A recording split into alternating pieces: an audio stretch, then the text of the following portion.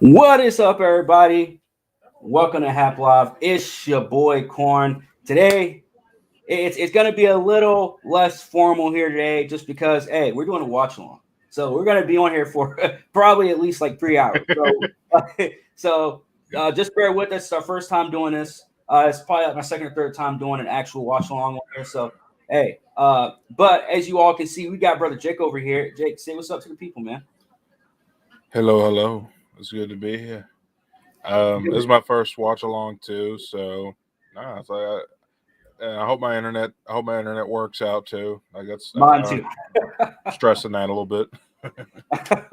Mine too, dude. Dude, I have really, really shitty internet too. So I think it's gonna be one of the funnest casts we've ever done. I think. oh yeah. It would be there's only one thing that would make this more fun, and that's if the match card was actually fucking good. Yeah. Hallelujah to that. Shit, I'm gonna be. That's the thing. I'm gonna if I get too rifty, because like I was sitting here watching while waiting for you to come in. I was sitting here watching, Yeah. the card and shit. Man, this is stupid. Yeah, They're doing it's WrestleMania all over again. literally though, it's literally WrestleMania again. And before we start recording, Jake, you even said like this is basically WrestleMania Part 2. Yeah, like absolutely. Every match on this card, aside from the that Usos match, that 6-man tag team match, every other match on the card is a rematch. AJ Styles and Edge, Ronda Rousey and Charlotte, freaking they're showing it right now. But it's going to be an I Quit match. And I got to tell you, you really think Ronda Rousey's going to say I quit? No. You really think they're going to have Ronda Rousey say I quit? No, they're gonna I think they're gonna it's 50-50. She lost at WrestleMania, so they're gonna try. They're gonna have it do. Charlotte's gonna say I quit, and then Ronda will have the belt. That's what I predict. Yeah, I don't book her that way. Yeah, I don't see Ronda Rousey saying I quit.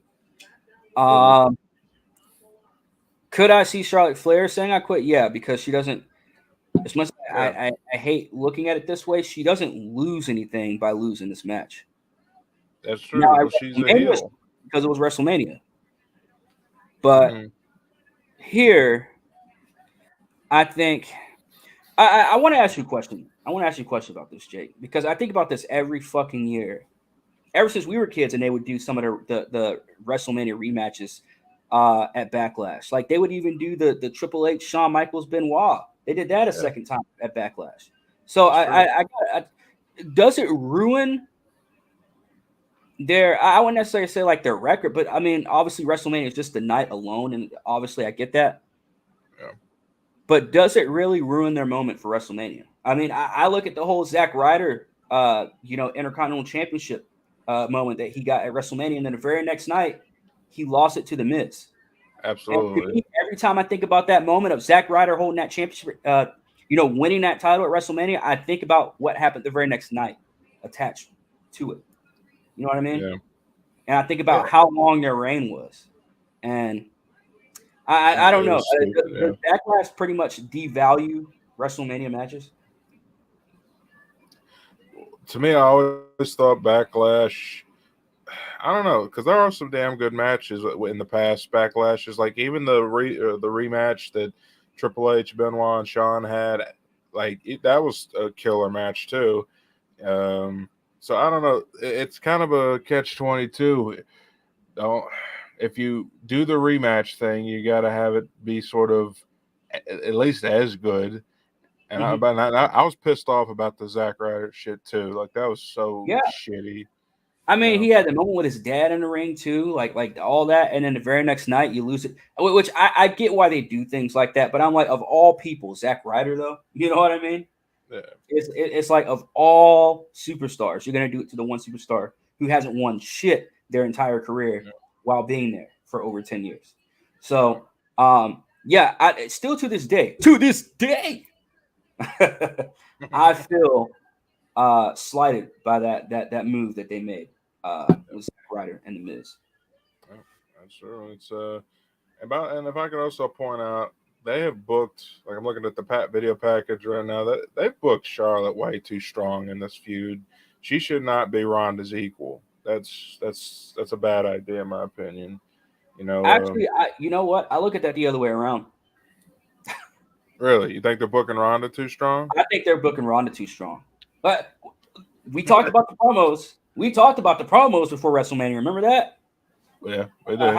How bad? Like I'm like, bro, I don't want to see Ronda Rousey in my fucking ring. I don't want to see her on my TV.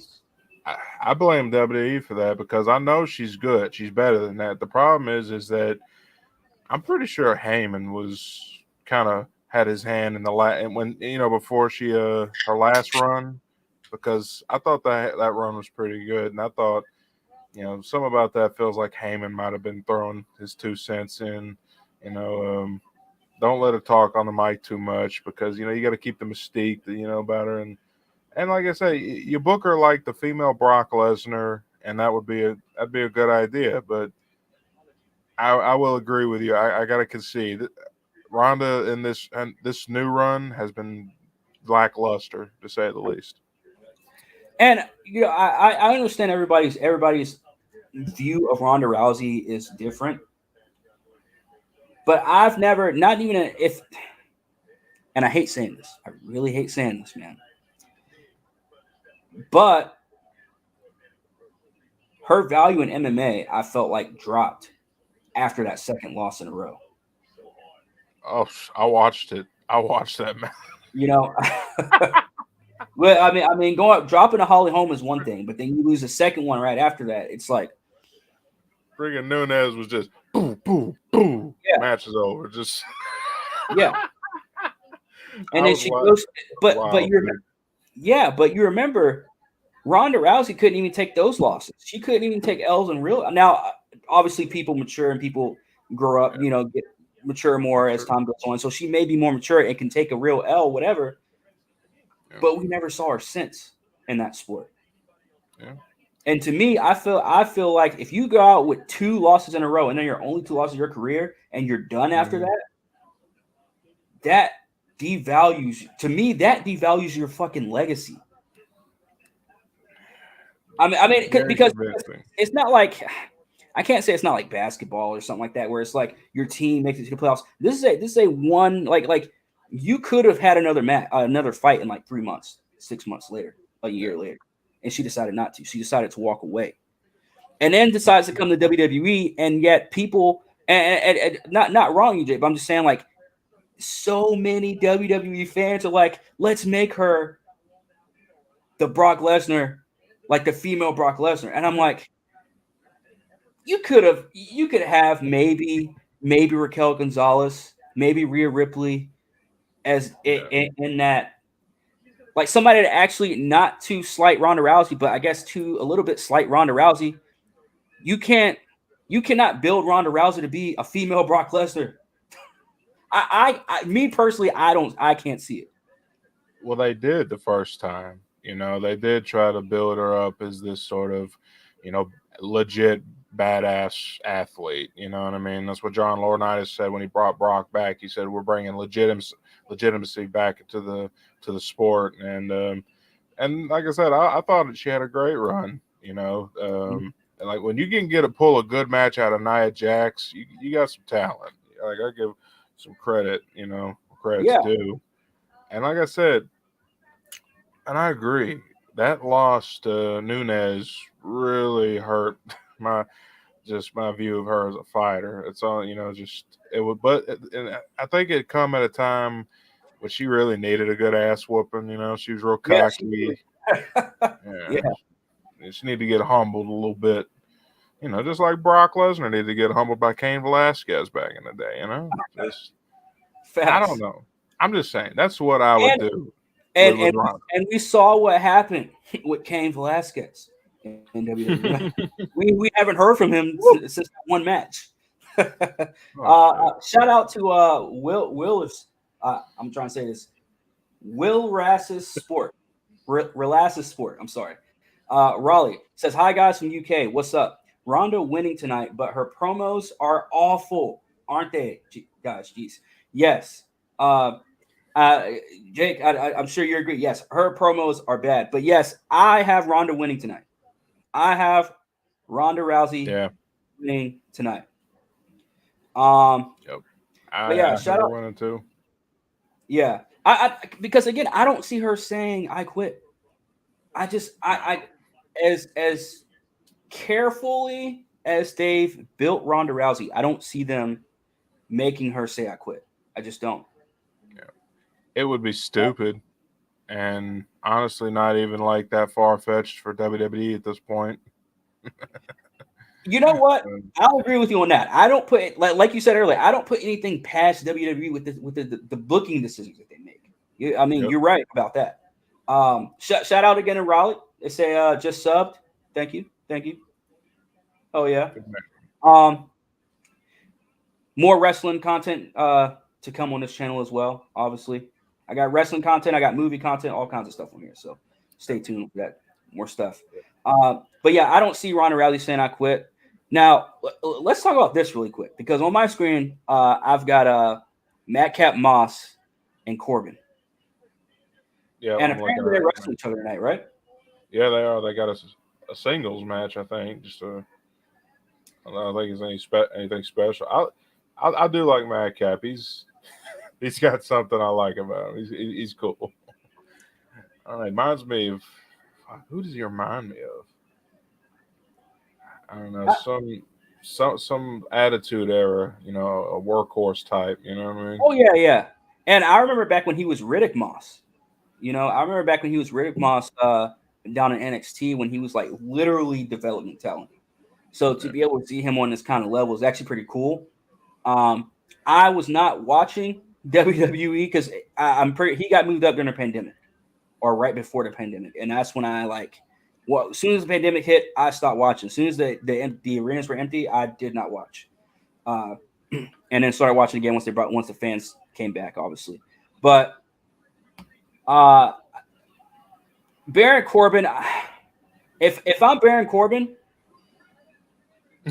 let me tell you why I'm not pissed.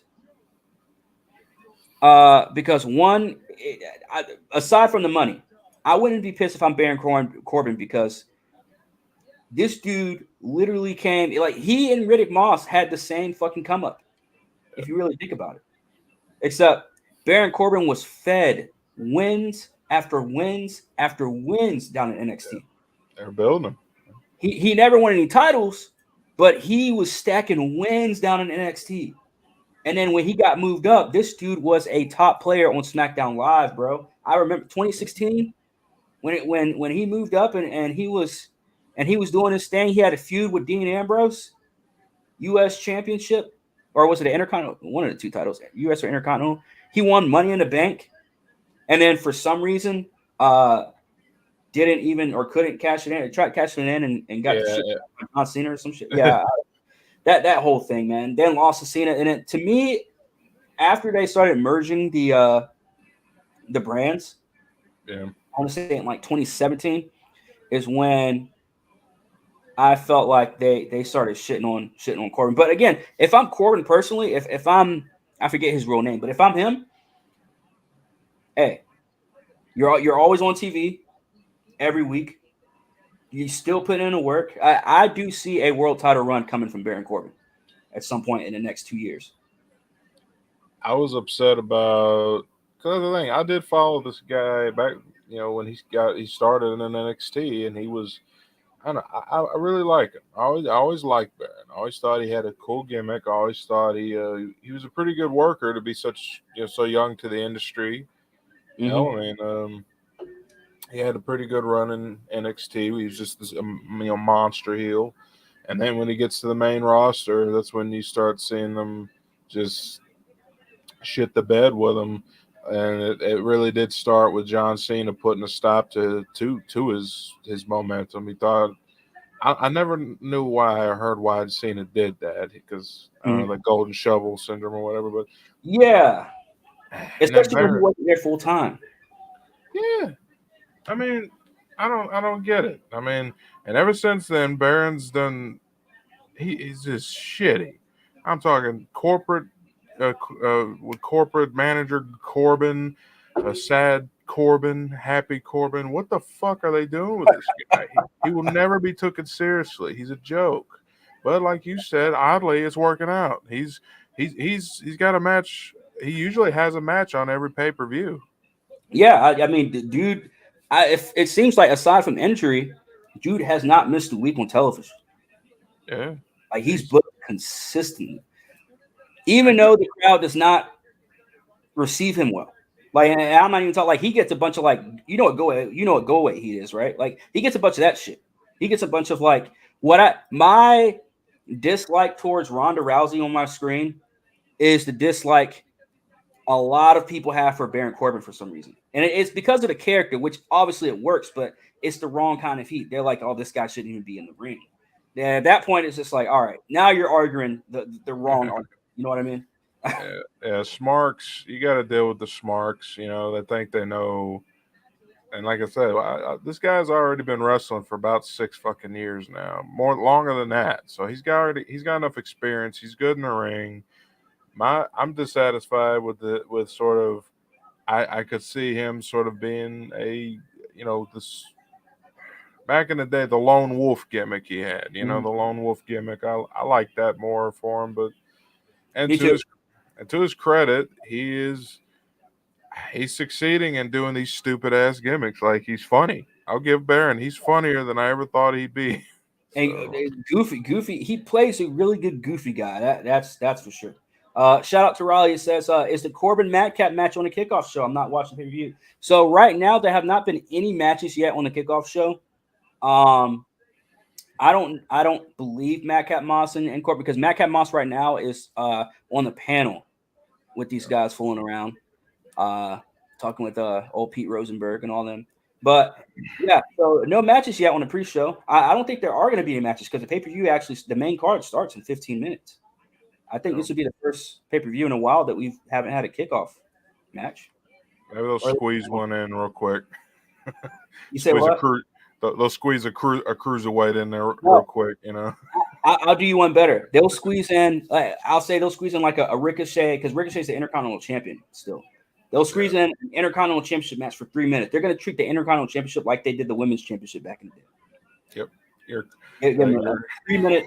It's going to be Ricochet versus Finn Balor bra and panties match. Fuck, man. It's scary because it's not that far-fetched. That's why. It's going to be Ricochet versus Finn Balor for the Intercontinental Championship in bra and panties.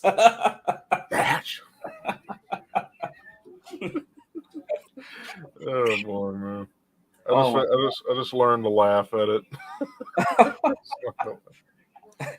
Shout out to Raleigh says, which match you looking forward to the most? Mine's Cody and Seth. Going for Seth winning. 50-50 booking. Ooh. Okay. Well, we'll have this conversation right now if you want to. Yeah. What's up? We'll have this conversation now if you want to. Jake. Yeah. I agree. That one's gonna be Seth's gonna get his win back. That's what they're doing. So you're going with Seth winning? Yeah, I really do think. Cause then Cody won Mania, and then Seth, they're gonna give him a win back. They'll probably do it like all, shitty schoolboy or whatever.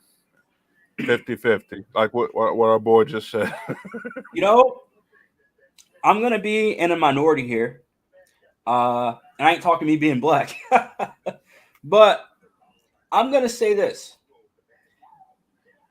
Cody wins tonight, and reason being is I think it's still too early for us to see. Now, we know how WWE does. Again, like Raleigh and Jake, you guys said, the 50-50 booking. We are very well aware of that, but I think this time is going to be different. I don't think you want to book Cody that way, to have him already losing a little over a month after him coming back. So yeah. I'm going to go with Cody wins tonight. I'm going to go I'm going to go over 50%. I'm over 50% sure that Cody is going to be winning tonight. Again, Very minority. Like that, I know where people are probably thinking Seth winning tonight because of the 50-50 that they do. But I don't know. Riley says, They'll I do a thought fuck US. over. Well, yeah, it'll probably be that. Hey, they're known for Fuck doing over. all of that. They're known for doing all of that. But Riley says, I thought the U.S. title match or IC title match, Ricochet, maybe on kickoff show, they don't care about IC title. Yeah, they don't. They don't. Yeah. Like I said, they're probably going to be booking them as like a women's championship, slot from now on for a little while. Why? I don't know. I think it's stupid as well, but we're going to have to see. We're going to have to see. Yeah, I agree. But I agree with that. Like the IC title ain't worth shit. I don't. no. Hell, I haven't even heard of it for who's got the U.S. title right now. Oh, you want to guys the U.S. title? Austin Theory. Really? Austin Theory has the U.S. title. Are they booking him better? Or is it getting booked a little better than the IC? He's getting pushed. He's getting pushed. Is he getting booked better though? How is the crowd receiving him though? You know what I mean? Like it's like, yeah, he's on TV. He's getting pushed. Like, do you figure that would be like the bare minimum of like as far as like fucking being a champion? You know what I mean? Like you'll be on TV. You know, if you got the IC or one of these damn little sparkly belts. You know. And here's the problem that we run into now. Are they going to do something with these championships? And the other question is, do they have too many fucking titles? Because I've always had the argument that they don't have too many titles. But now I'm starting to think, well, you got one man holding 2 championships. You got 2 tag teams that were supposed to have a unification match as well. That got scrapped, and now it's a 6-man tag team match. Yeah. You got the women's champion. Like you got 2 women's champions. Eventually, I don't know. I don't know, but I it hurts because the Intercontinental Championship means a lot to me as a fan. The U.S. Championship, I started to see progress, and I started to see the legendary days. I started to see the progressing and started to see people cement the legacy of the U.S. champion. I mean, we already know about Harley Race in the U.S. title, yeah, but what about the Eddie Guerreros, the Booker T's, the Benoits, the John Cena's, the Big Shows? Come on, man. It was SmackDown. Orlando Jordan held the U.S. championship back in the cabinet days. Yep.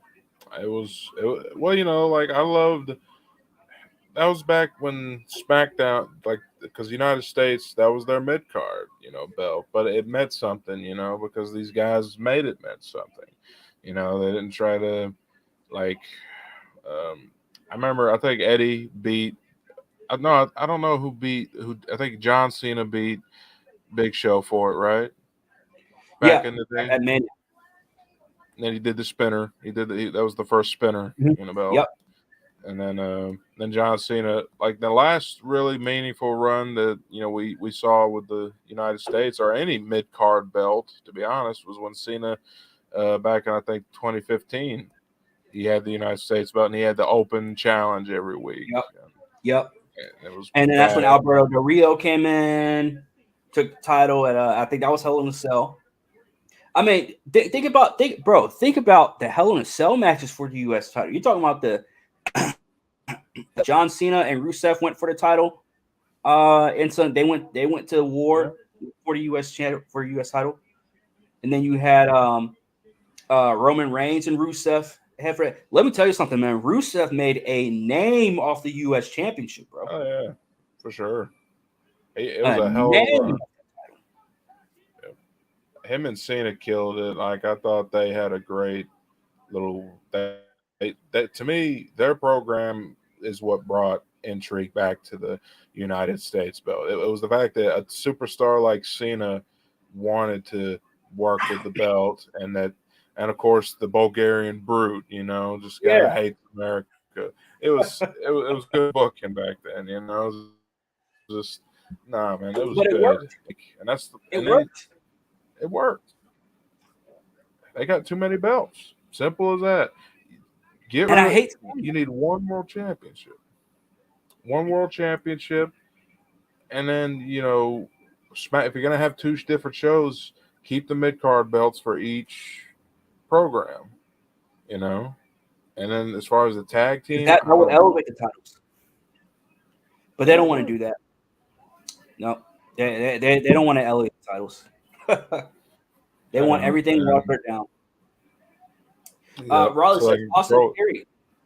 Sorry, Theory, awful name. What the fuck? WWE. Are these names? Are you serious? Well, Austin Theory. Well, to be fair, in Theory's defense, his name was Austin Theory before he was ever in WWE. Before Yeah. he was in NXT, he actually trained with I think Booker T trained him down in Texas or over in Texas. But yeah, he's always been Austin Theory. Austin Theory's always been his name ever since he's been on the Indies. But yeah, Hmm. that was his name when he was wrestling in the Indies as well. So, It does but bring up a I good like the point name Austin though. Theory. I But like the name. WWE are weird about names. That's what made me laugh because he's It right. does sound like a name WWE would do, but it's catchy. It's catchy. I'm gonna pull up that tweet you sent me last week about all the people that got cut, Oh which that's their developmental, the talent that they were developing, pretty much. yeah, I was like I'm Dakota Kai and Dexter Loomis and them. Yeah. Yeah, Uh, that's well, exactly what I mean about those names. Draco Anthony. The fuck? I think Draco is just a stupid fucking name. Draco. Reminds me of Dragonheart. You remember Dragonheart with Sean Connery, Dennis Quaid?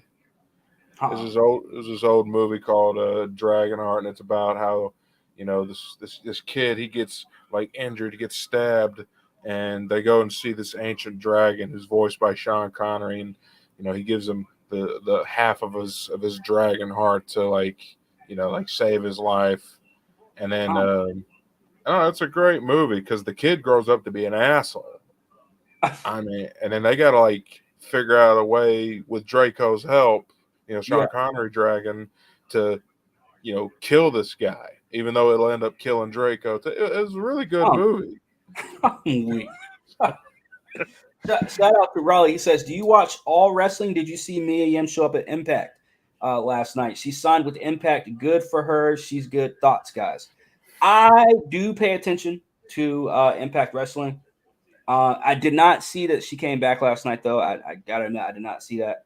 But I do know that Gallows and Anderson, the Good Brothers, I do know their contracts are going to be up in about 3 months, and I've been hearing that they might be coming back to WWE because apparently there's some rumblings that WWE might be forming their own version of Bullet Club with actual Bullet Club, former Bullet Club members. I don't know how I feel about that. If that actually happens, I'm sure we'll talk more about that during the AJ Edge match. I'm sure, but Yeah. uh, yeah. But yes, congratulations to Mia Yim. It's awesome to see her doing really big things outside of WWE because I felt like she was probably the most underused woman on that roster, on the NXT roster back when she was there. And then they made her they put her with what was that lame ass group? The people with the mask. Only fuck. Retribution. They put her with Retribution and gave her a mask and all that other stuff. I thought that was dumb. Uh, Again, she was very underutilized at NXT. I'm glad that she's at Impact now, and I hope that she flourishes at Impact, and hopefully, I wouldn't mind seeing her go to AEW. There's a lot of women there at AEW that I don't really care to see wrestle. I won't say a lot, but there's a handful of women that are getting attention there. I don't really care to see wrestle. But Mia Yim and AEW, I feel like would probably be a logical fucking move. Um, Vic, what about you? Do you know? Pay attention to Mia Yim at all? At No, least, at least at any- I really didn't. And the thing, but it's like Impact. I guess is they're kind of right where Ring of Honor is at now. Pretty much is like it's a safe place to go. You get a paycheck, But we got to remember, wrestling. Ring of Honor's under AEW now, so you're probably getting more than a paycheck. If you go to Ring of Honor now. Well, yeah, you're right about that. I forgot all about that, and I think I would say Impact is they're lower on the ladder these days. They're still on TV, but they're still not. They're not as big of a place as they once were. To where they were like competing against WWE in some fashion. And there's a lot of good guys over there. Like what was his name? It was Dean Ambrose's old partner from back when they were on the Indies, Sammy somebody. But Callahan. Are you talking Callahan? Callahan, Yeah, Callahan, yeah. and I That's thought my he was boy, doing man. good. Yeah, yeah, yeah. I mean, he was awesome. I loved him back when he was wrestling on CZW, like, and when him and Dean or John Moxley used to be tag teams. Yeah, they did great stuff, and he was in NXT for a little while, if you remember that. Yeah, he was what was his name? It was he was the hacker. He was the hacker guy for a little Yeah, bit. Solomon Crow. yeah. Don't ask me how I remember that off the dome. But yes, Solomon Crow. And like our boy said, these names, that's a WWE name, Solomon Crow. Fucking, that's like the most try hard edge lord shit I've ever heard. And he's a hacker. They literally did an I gotta edge hey, lord gimmick. I gotta hand it to Sammy Callahan though. I gotta hand it to Sammy Callahan. This dude can get in the ring and wrestle a match, a technical match. He's He great. can be a brawler. He can do all that shit and still do Yeah, a fucking death match, bro. Like to me, that's the end all be all right there, fam. I agree. That's the end He's all be all. all Like how this guy does not have a full time job at AEW or at WWE is beyond me. I think he It is chooses. beyond me. I think he wanted to do Impact. Think it was because I think when you're a young guy like that, you're trying to really make a name for yourself. Like it's sort of like how Ric Flair took WCW to the stratosphere. He's seeing what he could do with Sammy's seeing what he could do with Impact, and Impact really needs hunger like that. They need some young guys who are hungry to make an impression. Facts. Yeah, I Facts. definitely, I definitely like when I pay attention to Sammy, or the Impact here and there, you know. All Impact needs to me is they just need one big wave. Just one more just really big wave to come through there. Yeah, Like as much as I hate to say it, like I wouldn't want to say a Bullet Club, but they need like a Bullet Club esque type of movement to come through Impact to kind of yeah. give them a little bit of a jump because they can do it, man. Impact back in the day, like 10 years ago, Impact was I'll do. still technically on TV. I'll do. 2022, yeah, they were on TV still 10 years Yeah, ago. they were in the middle of coming back from the Dixie Carter era. You know what I mean?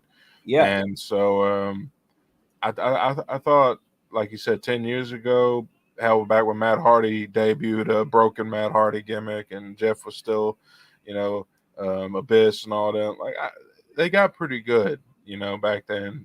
Again, um, they don't. Did they ever go back to the six-sided ring? I think they did for a little bit, but now they're back to the four sided. They impact with four sided ring for a while now, at least a few years at this You see, point. I want to say like 16, that's what 17. pisses me off about that whole situation, because that's what made Impact unique back in Yeah, the day. was that 6-sided ring? It was 06, 05, and I caught like Impact on like weird local channel, and Hmm. it blew my mind because there was these big names like Nash and Hall, and then it was the first time I laid eyes on AJ Styles and Yep. Samoa Oh, Joe. Joe. Yep. Just fucking Christopher Christopher Daniels. Daniels, legend, man. Kurt Angle was getting ready to go over there too. And then Yep. that six-sided ring was so unique, and they like I was on the TNA train. I thought they blew like WWE out of the water, because the X division, fucking some of the coolest athletic matches you could see. Let me tell you what TNA did for me, bro. I was watching in the very, very early days, back when like R-Truth was contending for the world title, right? This was like 2002, 2003, like in like they just started. And the only reason why I found them is because my dad they would have the weekly episodes, but you would have to order weekly episodes on pay-per-view. And for some reason, my dad it would be like trying to pull teeth to get my dad to order like a WWE pay-per-view.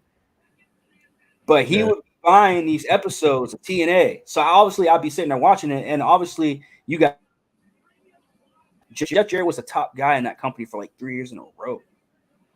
Oh, and it was crazy. Like I was sitting here thinking Jeff Jarrett from like the early day, the Attitude Day, like this dude is like the top guy. He's already beating the shit out of Sting, Rhino, fucking everybody, man. But it was his baby.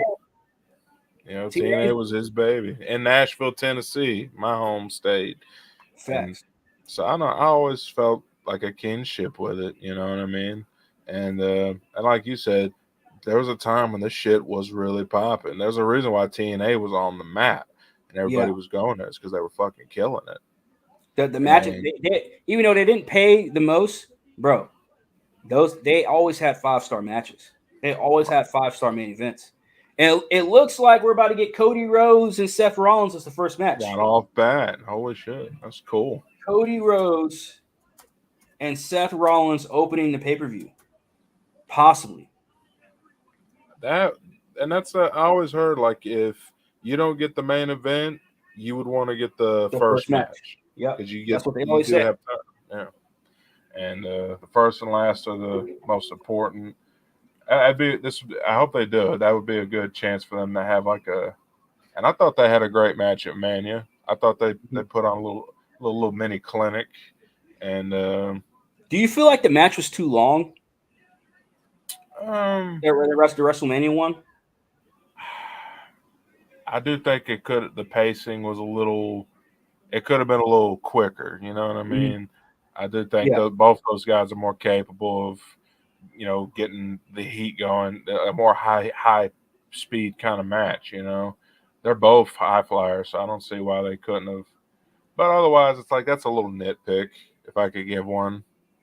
Shout out to Jared Vardiak Turco. Says, hi, Roman Reigns will win tonight. Well, it's a 6-man tag team match, and I'm going to once again, I guess, say the unusual, which is it's a 6-man tag team match. Drew McIntyre and RK Bro are winning tonight. Yeah, I think so too. Don't kill the messenger. Don't kill the messenger. But I'm going to say that Roman Reigns and the Usos lose tonight in a 6-man tag team match. Well, they need to they need to build some heat because they need to show that that they can be defeated. You know what I mean? Make Roman feel a little kind of like ain't Drew. He's about to do the program with Drew pretty much. Yeah. So I don't know. I think. Do you think it's going to be for both titles, or is it just going to be for one of them? When Roman and Drew. I don't know. That's an interesting question. If they unified the belts, then I don't see. If they only do the match for one belt, then it made the unification pointless. You know what I mean? Yeah. And again, I don't know how I feel about the unification of these belts. They haven't unified them anyways. He just has both of them, so that's what I don't. It was pointless. Yeah, man. I mean, my whole idea was like, if you're not gonna unify them to be one belt again, then you wasted your time. You might as well just keep them 2 separate belts on 2 separate shows. Period. Facts. Facts. I will say this though. When you hear about people and they say, "Oh, this wrestler and that wrestler, or this superstar, that superstar," you give them anything and they'll be the best at it. Seth Rollins is him, and maybe Johnny Gargano are the only 2 guys I've seen since our heyday growing up, of like the since the ruthless aggression era, Rollins and Gargano are the only two guys I've seen in WWE or NXT that have been able to just take anything and make the best of it, and literally, it's believable. I agree. Like Seth really is like the Shawn Michaels of today. Like he really is that good. He can take, in the ring, but he could take a gimmick and he could fucking, run with it. Except, and honestly, when they try to, the only time he suffers is when they try to make him face. You know, Yeah, even if he is a that's always face, let him be a heel, cocky man. face. Yeah, he's a heel. His DNA is heel. You know what I mean?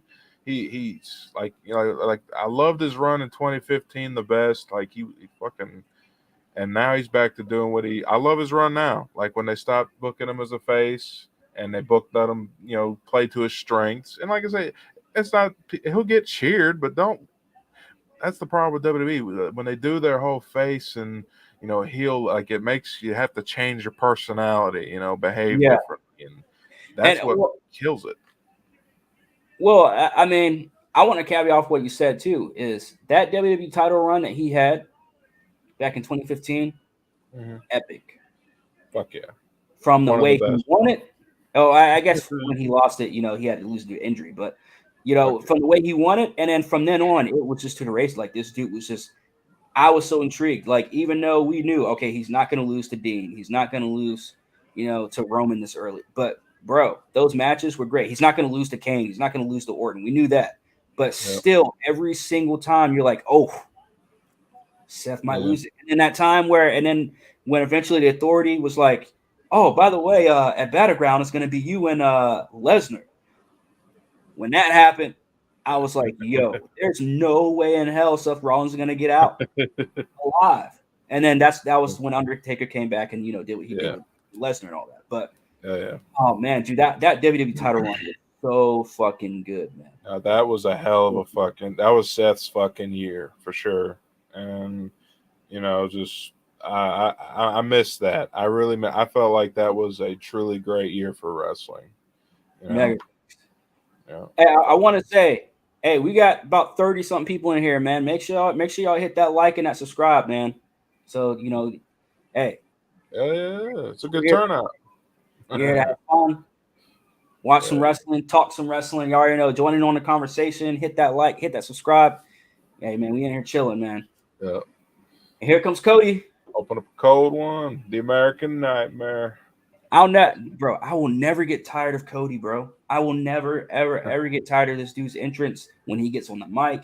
Now, his wrestling, his matches, but the thing is, though, he's all about emotions, right? He's all about, again, going back to that, his fate. The one thing he always talks about, wrestling is a love story.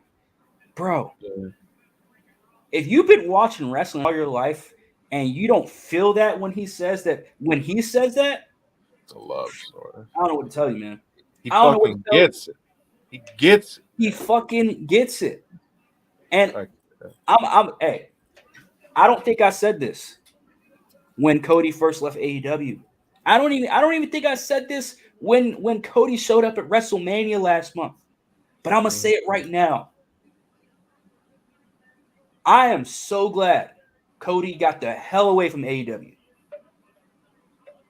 He couldn't grow after that. He did all he could do for AEW. He needed to do. He's that type of guy who will go. He's almost like Jericho. He'll go where he can grow. You know what I mean? Yep. It's smart. He played that smart. Going back to WWE was a smart fucking move. Yep. Shit, and I feel like if he would have gone to New Japan, or if he would have did something, he's way too big to go back to something like Impact or something like that. Unless something like drastic happens to this guy, which I highly doubt anything would. Just because of the way he carries himself. But he's too big for Impacts and Ring of Honors now. Yeah. Nah, he's a superstar at this point. He's he's as big as they come. And listen to this crowd, bro. This is gonna be a good match. I'm already into it. Shit. I might even do like my commentary because I can't help but do commentary as I watch. So. Ooh, good flip. Oh, that was a cool I counter. still don't like the neck tattoo thing, man. It's just I don't like it either. Weird, man. It just it's so it doesn't look like it belongs there. You know what I mean? Like I like the dream across the chest is cool, but that it looked like he got his neck cut or something. Again, man, Seth playing those mind tricks, man. Seth loves playing those mind tricks. I love his. He's a good worker with that regard, and look at it. I will say you get two guys that can do some really good technical wrestling. It's the character. Seth Rollins, he can do it all. He can brawl. He can do it. Now Cody, I don't think is. He's very well rounded, but what's the word for it? Where you can do like all of you can wrestle any kind of style, I feel like very fluent. He's very kind of open. Like that's the thing. He floats in a way. Like like he's almost like he is a high flyer for the most part. Like he's got ups, and like you said, he doesn't have one. Maybe that could be like one nitpick I could give is that because he's so fluent and working different styles that he's not really, he doesn't have one of his own. You know what I mean? Yeah. One that really defines him. Also, he just adapts to anyone he faces. Like he can go into the ring and wrestle with a Braun Strowman, and also go into the ring and wrestle with the Rey Mysterio. You know what I'm saying? Like that is true. He's one of those guys. And I appreciate that too. Like I said, like it's different. Seth, he wrestles his style. You know what I mean? Mm-hmm. And which to me is very indie. It's very indie, and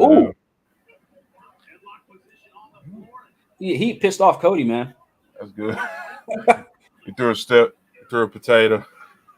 Cody Rhodes pissed off.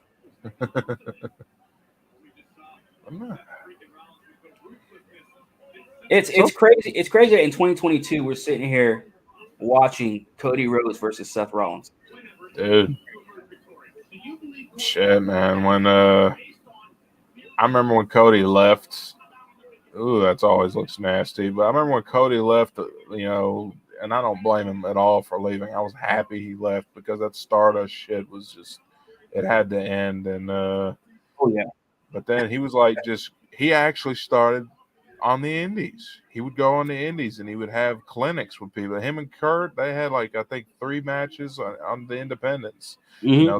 Kurt just left TNA, and that's how Cody was going to Australia and doing the was it not Progress? Is it Progress? Which one? No, it was the they're no longer a company anymore, but it was the What Culture. What Culture Wrestling? Yeah. What Culture Wrestling? He was doing. You see Cody over there. You see Drew McIntyre back when he was Galloway, obviously. Man, Ray Mysterio for them too. Like I'll give them credit. They had a better run as a company than I thought they would as a promotion. Oh my god, dude! Like, I was kind of late to the train of them. Like, I started jumping on watching their matches. Mm-hmm. Like, I think about 6 months before they, their company went down. Yeah. I don't even know what happened. Like, I don't even know why they went out. Do you know why they went out of business? I think it was mostly financial because, I mean, consider they started their company during a time when wrestling was really booming again. You know what I mean? 2015 to I think at least 2020 before COVID, there was a pretty significant boom in wrestling where there was so much promotions, coming out of the woodwork, and they threw their hat in the race because they had their YouTube channel that took off, and I think that it was a good angle for them. They managed to get that company going because of their YouTube channel, and it was a good channel. Back when Adam Blampier and them were still involved, and he didn't get Me Too'd or whatever. But it's like And I think they bit the dust right before COVID because there was just the competition, just was very steep, and they wouldn't have survived COVID. I Oh yeah, mean, that's true. small companies like that, Oh yeah, So, that's true. but I didn't even think about that until you said it too. It's like, well, damn. I guess I guess they were better off going under before COVID rather than going under during COVID. And yeah, because that that was would have been a just whole mess if I had done that. oh yeah, it's just sometimes you just shit out of luck, just and another thing I think that hurt them is that I think WWE like there was more UK wrestling starting to take off too, and because I think that was what they were. They were a UK promotion. You know what I mean? Adam and them were. I think they were British, right? Or they were from the UK. Yeah, because I think it was them and what Simon, right? Simon Mm-hmm. Miller or whatever his name is, right? Yep. The bald one. Mm-hmm. That's Simon Miller, and I forget the guy with the glasses, but and then like I said, like you WWE had like 5 different shows running at the time. Like it's just when it comes down to it, I don't have enough time in the week to watch all the wrestling that goes on. They got I feel that. Impact, AEW, WWF, and all several of their shows. Like someone's got to go. Yeah, I gotta say, man, I stopped watching NXT. I can't watch Mhm. that anymore, bro. It just depresses me. I don't want to watch. I'll definitely watch the takeovers because I love the takeovers, but like putting them in that small, confined fucking space. By the way, I talk shit on NXT, but I might be going to an NXT show here in a couple months, towards the end of the Yeah. summer. Um, Oh yeah. that'll be interesting. Is it going to be a pay per view or just a regular or No, an just a episode? regular taping. Uh, I mean, because I I live mean, in Florida, so oh it'd yeah, be I would definitely fucking go. Another thing, hell, if I lived in Nashville, I probably would go to Impact. Or more. Um, another, how close but to Nashville? Are you like huh? within an hour? Are you like hours away from Nashville, or is it like About 4 hour drive for me. oh I shit? I, li- I live in right outside of Memphis. Okay, and And if so any of y'all motherfuckers want to come see me in Memphis, you schedule it first. I ain't gonna give you my address. I'm saying I gotta be careful. If I blurt out where I live, it's like you better bring a body bag. but, uh, but nah, it's I like didn't know Tennessee was that. I didn't know Tennessee was that. I mean, I guess you could look at it on Matt Wide and see it's wide. Tennessee is like a wider state, I very guess. wide, very very long, and there's a lot of places. Hell, like I said, Kane, he's the mayor of Knoxville. Mhm. So like, hey, my favorite wrestler when I was a kid is a mayor in my home state. That makes me feel happy. That's pretty fucking awesome. Did you see that pic of Kane when with ripped abs again? He's been doing DDP yoga. Yeah, I saw that. Yeah, Dude, he looks. That made me happy. Like he still looks like a beast. You know. dude looked even more obese like than he did in the corporate Kane days. That's at least. I, I would Which was like. not too long ago. That was almost 10. That was almost 10 years ago. Was corporate Kane? Kane, oh dude, like Kane is such a constant. Like I love the fact that he always could stay in shape, and like and I always heard he was a badass. As far as like he is a legit badass, Yeah, like a bodybuilder, and L in his prime, he's fucking huge. He was Braun Strowman big. You know what I mean? It's like oh superplex. That's always spooky. I I do want to say why does Cody always look like he's gassed though? Like I know that dude does cardio like a motherfucker. Like why is he always looking like he's like out of breath? I, Like I halfway don't. through it. Like he's always like I don't know. He's starting to show some age. Like I don't know if he's just selling, but I don't know. Like I think he's got to be pushing 40 at this point. and he's starting to look it too. He doesn't have the same kind of youthful, youthful pretty boy looks he had like 5 or 6 years ago. Yeah, that superplex. Ooh, Ooh. I know that has to hurt. Oh, oh, it's nasty. That's shooting. Oh,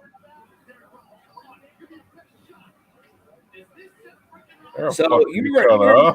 you remember Big Show used to do those chops, like he would do Oh, like that, and then just oh yeah, Big Show would just Big Show would make a grown man fucking cry. Probably. I always heard bro. I remember like how seeing, just looking at dude's chest. Remember when he did the Tough Enough joint?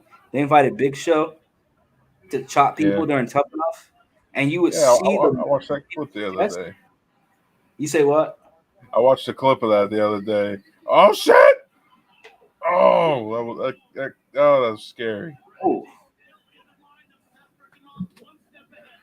So that's about to fly too. ooh, clothesline over the top rope, man. I swear. Oh, Oh, he's about to jump over. Oh, he's about to jump through the rope. Oh no, over the ropes. Ooh. So Cody just jumped outside of the ring and missed.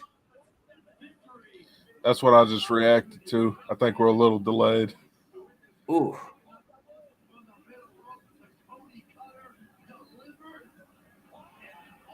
That was nice. I always get nervous whenever I see Cody jump on that middle rope with one leg or one foot. Yeah.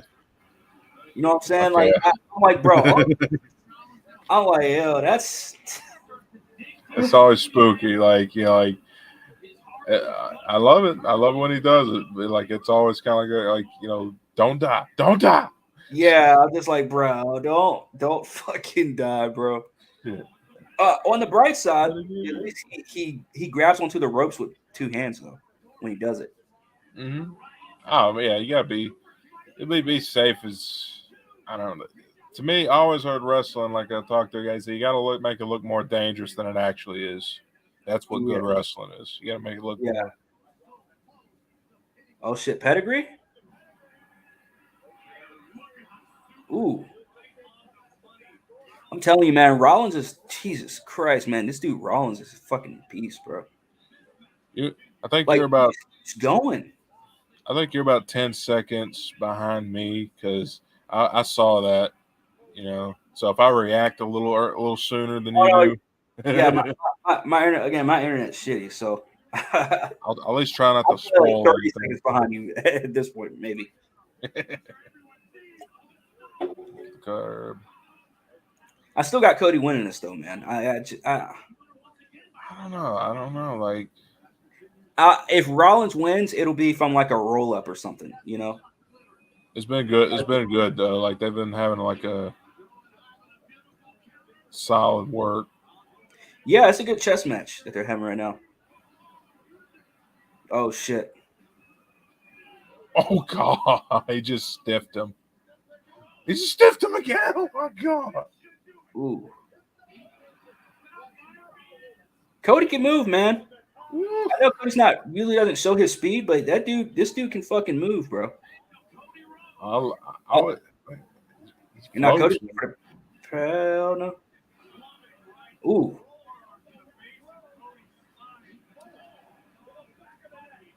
Rollins is a dirty son of a bitch, bro. You see how he threw them nasty ass elbows. Mega facts. Mega facts.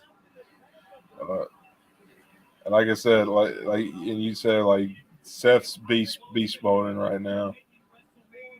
Straight up beast mode, man. Like this is why I've always been wanting to see Seth Rollins and Roman Reigns 1-on-1. There must be a fucking winner. Like Yeah. I need that. That is the only match I really want at this point. I'm like They they decided that at Royal Rumble. they really have not had a fucking just solid match. Those two, you're right about that. Well, we kind of did back when Seth beat the title back in what was it 2016? But man. then that very same night, that was when Dean Ambrose cashed in the Money in the Bank. And that was Yeah. the only time we saw Roman Reigns, and that was the only time we saw Reigns and Rollins in a one-on-one match where there was an actual winner. Well, you're right about that. That And the was thing, so long ago, and that also was foreshadowed by the not foreshadowed, overshadowed by the brand split.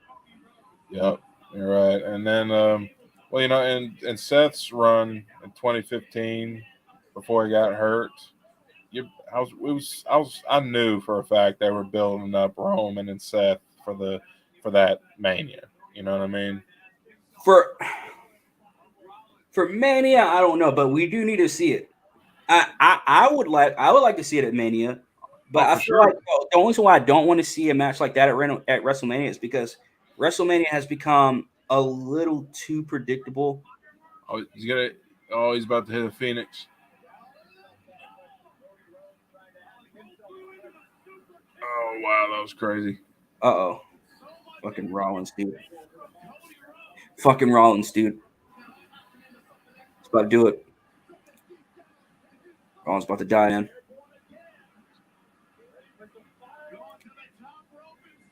Risk versus reward. And, ooh, I love it when he does that. He just rolls. Woo! Seems like Oh, shit. look like Cody's about to beast mode, fam. I'm not gonna say anything. I don't want to spoil it. Uh-oh. That was a Rollins fucking almost hell of a slipped. counter. Ooh. She said, "Hell of a fucking counter." How do you Oh How do you do that from a superplex? that is one of the coolest counters I've seen. Oh, they had the feet on the ropes. that's so bull. But What is hell Cody's, yeah. what is Cody's finisher called? It's not cross. It's not the crossroads because that's Dustin's, right? I think it is the Crossroads. The crossroads. Yeah, I won't swear to it though. But that a hell of a fucking counter. Yeah, I know. You talk where he hit it from the from the superplex. Yeah, hell of a fucking counter. That's why I screamed I screamed a minute ago. I'm telling you, man, they know how to fucking tear the house down. That's for sure. Well, they're officially in the. This is a clinic now. They're putting on. I'm into this. They can go for 30 more minutes, and I'll be happy if they keep the same energy. This What's is how Cody to continue a feud 1-on-1. Oh god, that was nasty. Again, for the 20 plus of y'all that's in here, man, hit that like and that subscribe, man. Also, make sure y'all crack open a cold one. I'm over here drinking a White Claw. Only reason I'm not drinking real beer is because I have jury duty tomorrow. Eat your edibles. Yeah, eat your edibles. Ooh, pedigree. Rollins the pedigree on Cody. And Cody gets out. I swear, like that moonsault Cody does always looks like he fucking dies when he lands. Yeah. You know, like his heart just stops. It always seems like once he gets like halfway through, he's like, oh shit, you know? Yeah. Oh shit. That is going to be my neck. I'm surprised at how much the crowd is into this though. Because most of the smaller pay-per-views, the crowd's usually not in. You know what I mean? It usually takes a lot for the crowd to get into it. But I guess it all depends on the cities too. You know, I don't know what city they're in tonight. I don't know. I think Cody and Seth have kind of got them popping. Cody and Seth are doing it, man. They are earning. They've revved this crowd up. Like they've earned this shit. They're fucking killing it, man. Yeah, this has been a fucking clinic so far. Uh-oh. That's what I was about to do, man. Oh! Ooh. Don't know. What the fuck? You gotta love it. You gotta love it. Rollins just throwing punch after punch after punch. This is damn near like New Japan type shit. Like this is the type of quality I would expect from. Oh, a second crossroads, and he was going. I thought he was going to hit that third one. Oh, He's going to hit the third crossroads. the schoolboy finish. Bro, he is not fucking around. He is.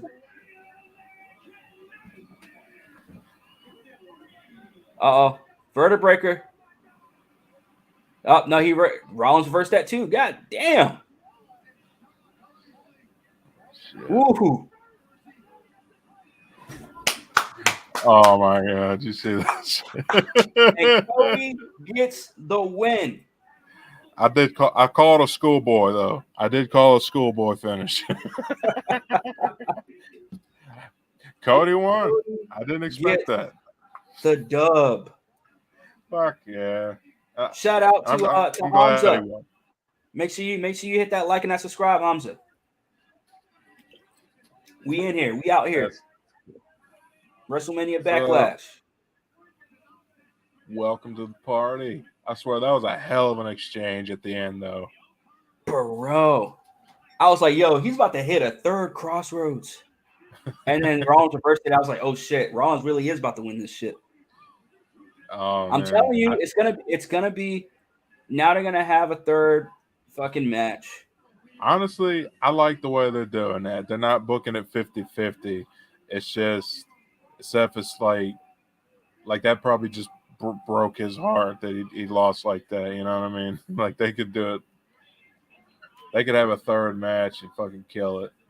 But logically looking at it though, why if I'm Cody, why should I face Seth Rollins a third time? I know. Like I beat you on the big stage, then I beat you again. Embarrassed you with a schoolboy. That's fucking yeah. I agree. And I agree. You don't. They wouldn't need to do that again. But I still wonder what they're gonna do. If they're gonna have it like Seth starts getting pissy, starts playing dirty. You know, I mean, what kind of story could they work?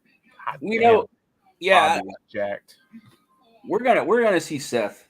We're gonna see Seth do some stupid shit to Cody. What would you rank that match though? Out of what? Like in terms of rating it?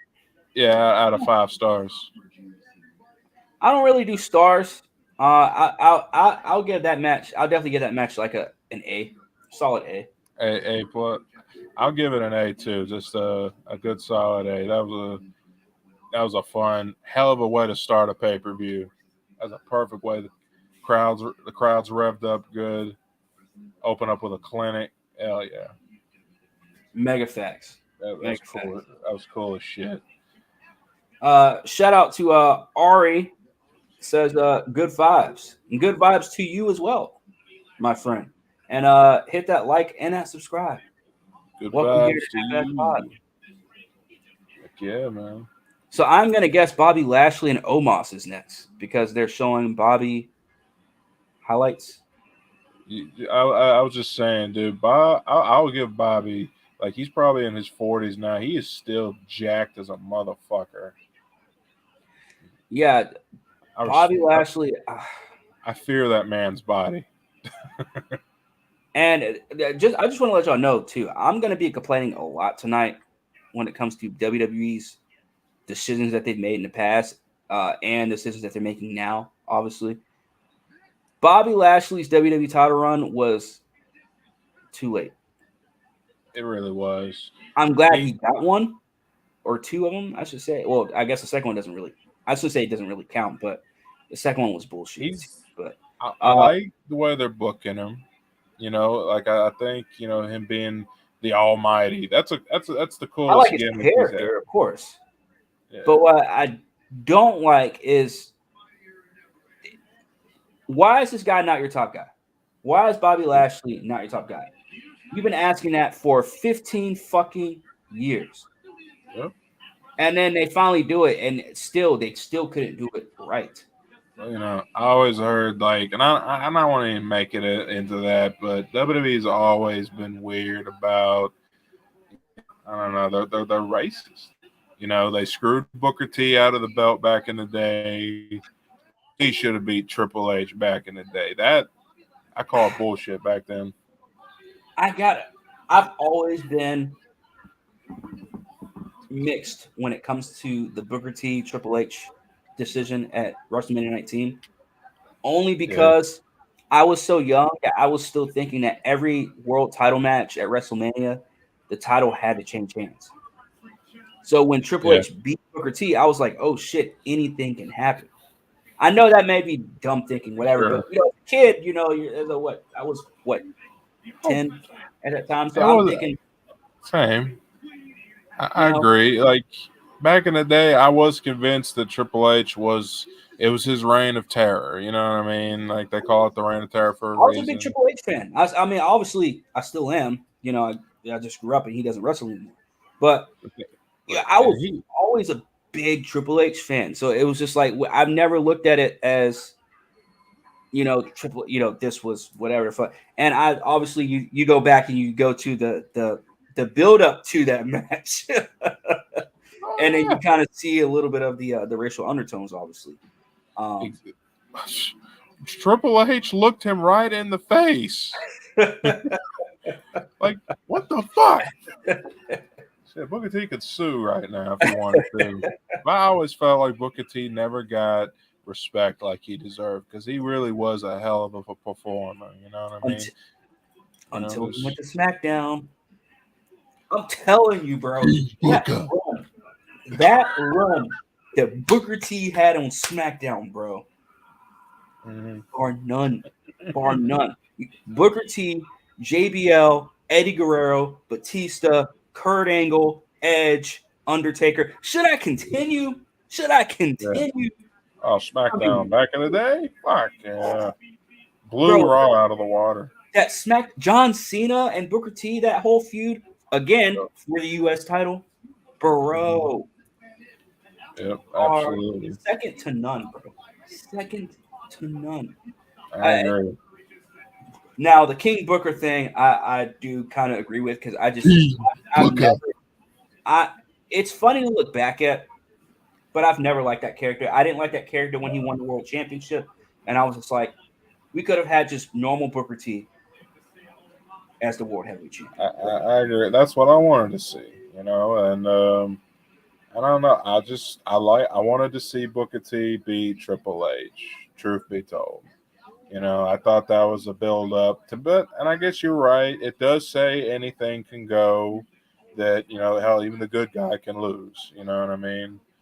And I look back in bitterment because back when we were kids, we just bought the product for what it was. Yeah, we thought this shit was real, right? And but at the same time, it's like now I know the truth behind like backstage and how shit was done.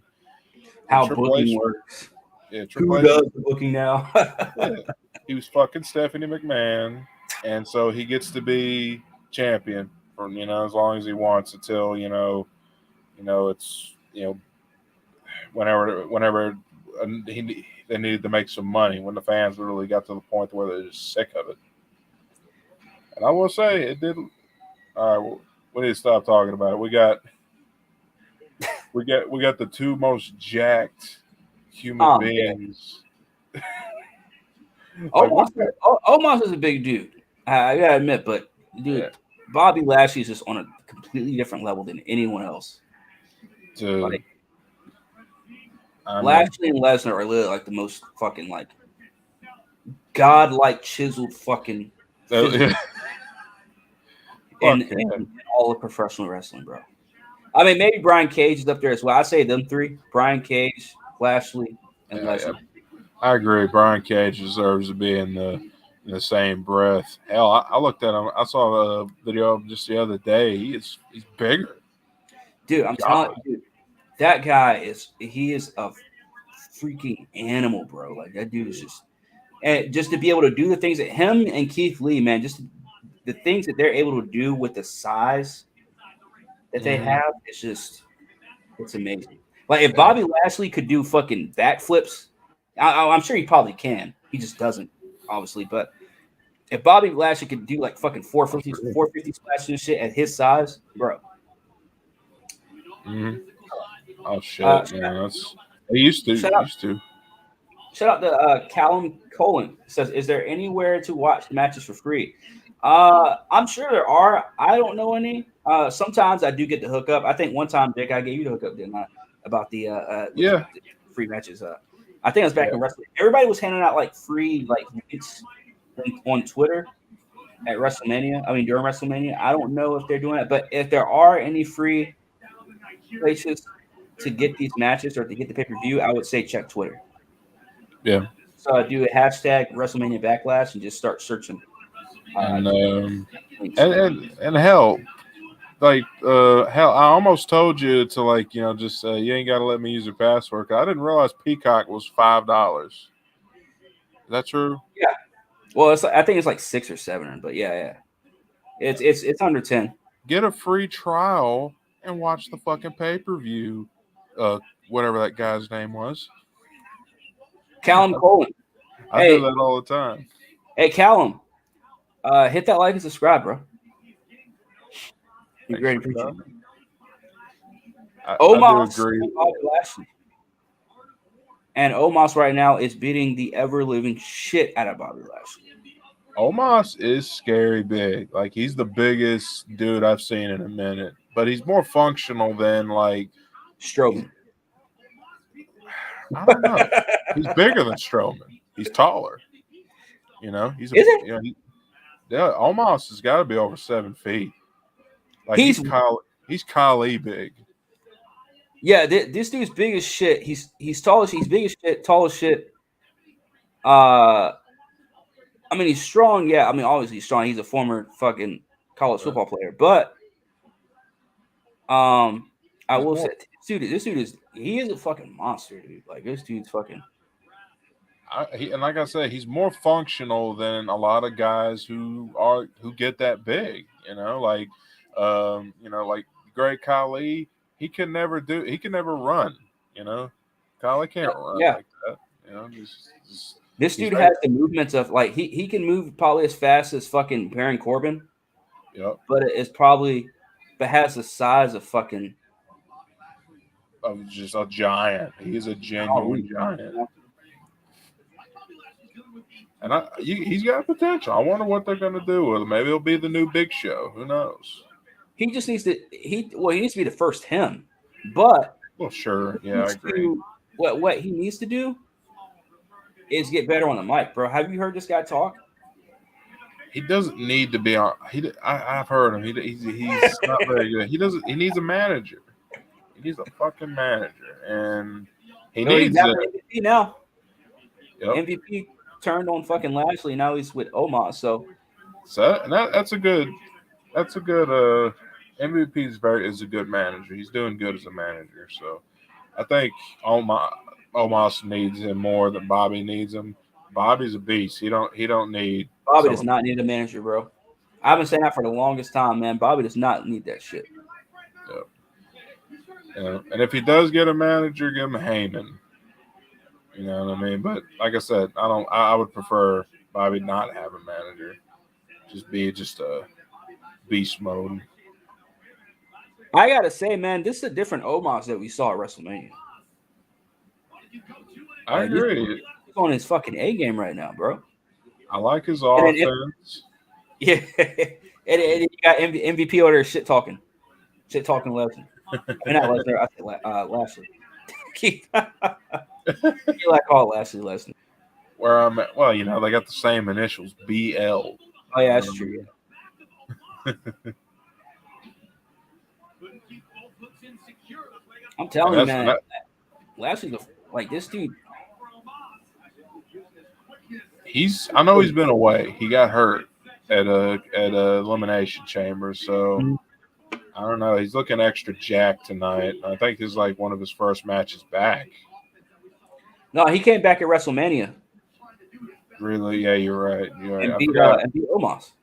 But MVP wasn't in his corner. I think MVP got a little. I think now MVP's in his corner. Omos got a little chip on his shoulder because this dude was beating the shit out of Lashley the first couple minutes of this match. Oh shit!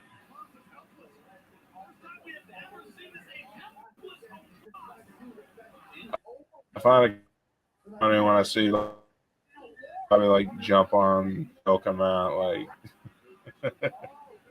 He's gonna have to choke him out, man. He's gonna have to do something to beat this dude Omos, bro. Because oh, he's so got to now make him look Lashley got strong. ropes out around Omos's arms. Disqualification. I was about to say, please don't let this be a fucking disqualification. I was hoping that where he wasn't gonna disqualify. I was like, don't.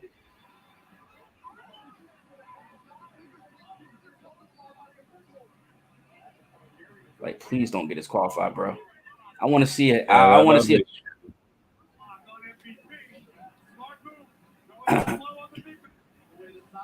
I still can't believe that this match is going on before fucking Riddick Moss or Madcap Moss and Corbin. Well, this is like a grudge match thing, so I guess they're gonna get it out of the way. And it's actually, as far as that, it's been, if it's short and sweet, that's fine. You know, I'd rather it be a short, quick, fun match than just a drag. Oh yeah. Oh yeah. I mean, you have to perform to your ability. You know what I mean? Like that's like we saw what happened to Goldberg when they tried to make a match between him and Undertaker longer than 3 minutes. We saw Undertaker Goldberg get gas and almost kill the Undertaker inside of a ring. So they both almost like killed each other.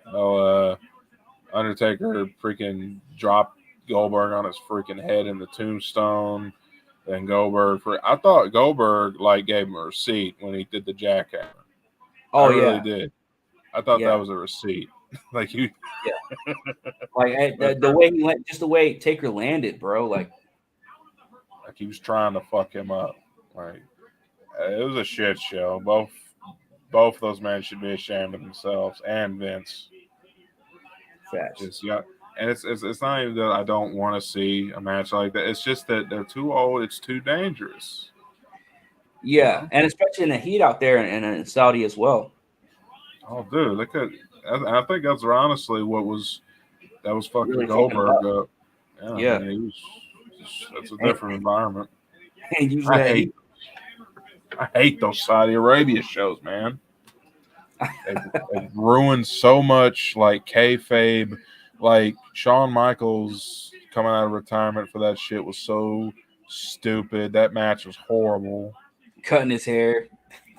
Yeah, I mean he's going bald, and to me it was like if he was gonna get Shawn to come back, I would have rather him like go against a younger guy, like AJ or something. That was a wasted return. That's what everybody was wanting to see was AJ and Shawn Michaels.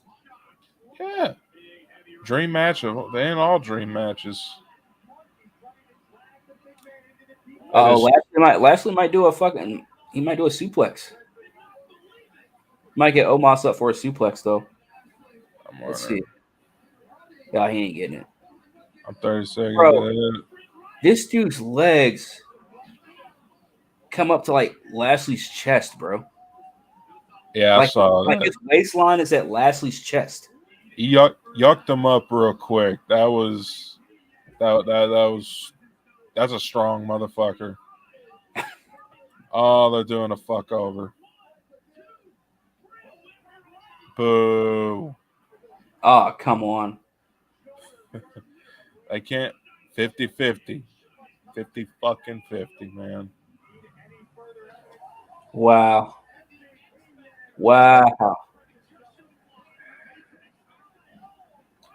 Yeah, that's bogus. When you do that finish, literally made both men look weaker. Yeah, like you don't need to cheat to have somebody as big as Omos win. Yeah. Shit. I mean, it just. If you want to book him as a monster, book him as a monster. Fucking, Omos could fuck Lashley up, and then Lashley can can come back from it and look, and still look strong. I mean, it's like, I think to have Omos and MVP together is a good idea, though. I think that's still a good decision to make because Omos does need that mouthpiece of MVP. That's true. At the same time, I Omos should not be cheating. MVP should not be getting involved in matches.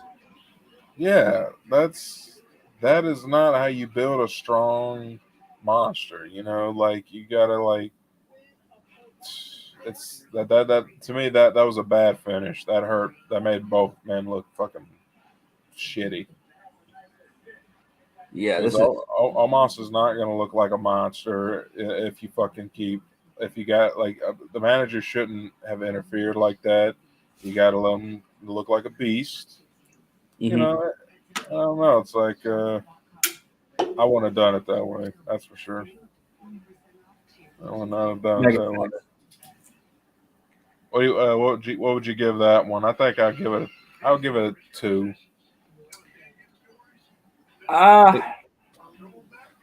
It wasn't bad. It would have been I give that match like a C.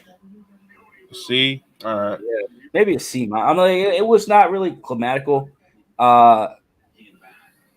Wasn't really again like my excitement for this match wasn't really there anyways. Again, like my excitement for any of these matches ain't really there. I am intrigued. I mean, the only match that I was really looking for was honestly the Seth Rollins Cody match. But true main event tonight, I wonder how that's going to go. I think that's probably going to be the one match. There's 2 matches I believe we're going to have the most fun with tonight. Yeah, it's going to be that 6-man tag team match and the women's championship match, which is the I Quit match. Yeah. So, I think those are going to be the 2 matches we're going to like at least that we're going to see the most excitement from. Now, why the fuck are they doing Hell in a Cell in June? I was just thinking that. Real question. Why? That's so. It's always been like an October kind of pay-per-view. You know, it's like fuck that. Like, why? Why are we doing it? Because they don't give a fuck. That's why. And of course, they're gonna put the city. They're gonna say Chicago because now AEW's one of AEW's main towns is Chicago. Chicago's just a big wrestling town in general, a wrestling city in general. Yeah, I don't know if it'll be like if AEW. I hope that's the thing. I don't want the promotions to compete because that's when the shit gets stupid. It says like they'll never recreate like WWE, like WWF and WCW back in the day, the Monday Night Wars, you know. So, but they're gonna try. You know what I said? I disagree, and the reason why is because I need, and it's the one thing that I thought WWE was gonna do back when AEW was back when AEW formed. Sorry, I wanted to listen to Paul Heyman for a second, but which is make your product better. And that way you don't have I like competition. I like the competition between WWE and AEW. But don't copy. Like don't try and make a move because the other person's making it. You know what I mean? I like the competition part in the sense of okay, their ratings are up. We gotta hand it over to the actual talent. Or give the producers a little bit more leeway of how to do this match or how to do this angle. Or promo, whatever. But when it AJ and Edge is next.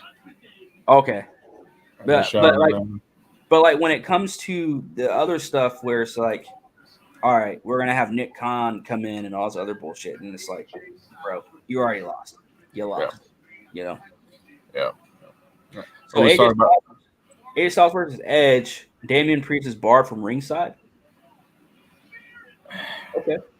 All right. I mean, that's a weird stipulation, but it's like is that the only stipulation they're going with? Like, I felt like that would have been a better I Quit match, Edge and AJ, because they'll get crazy.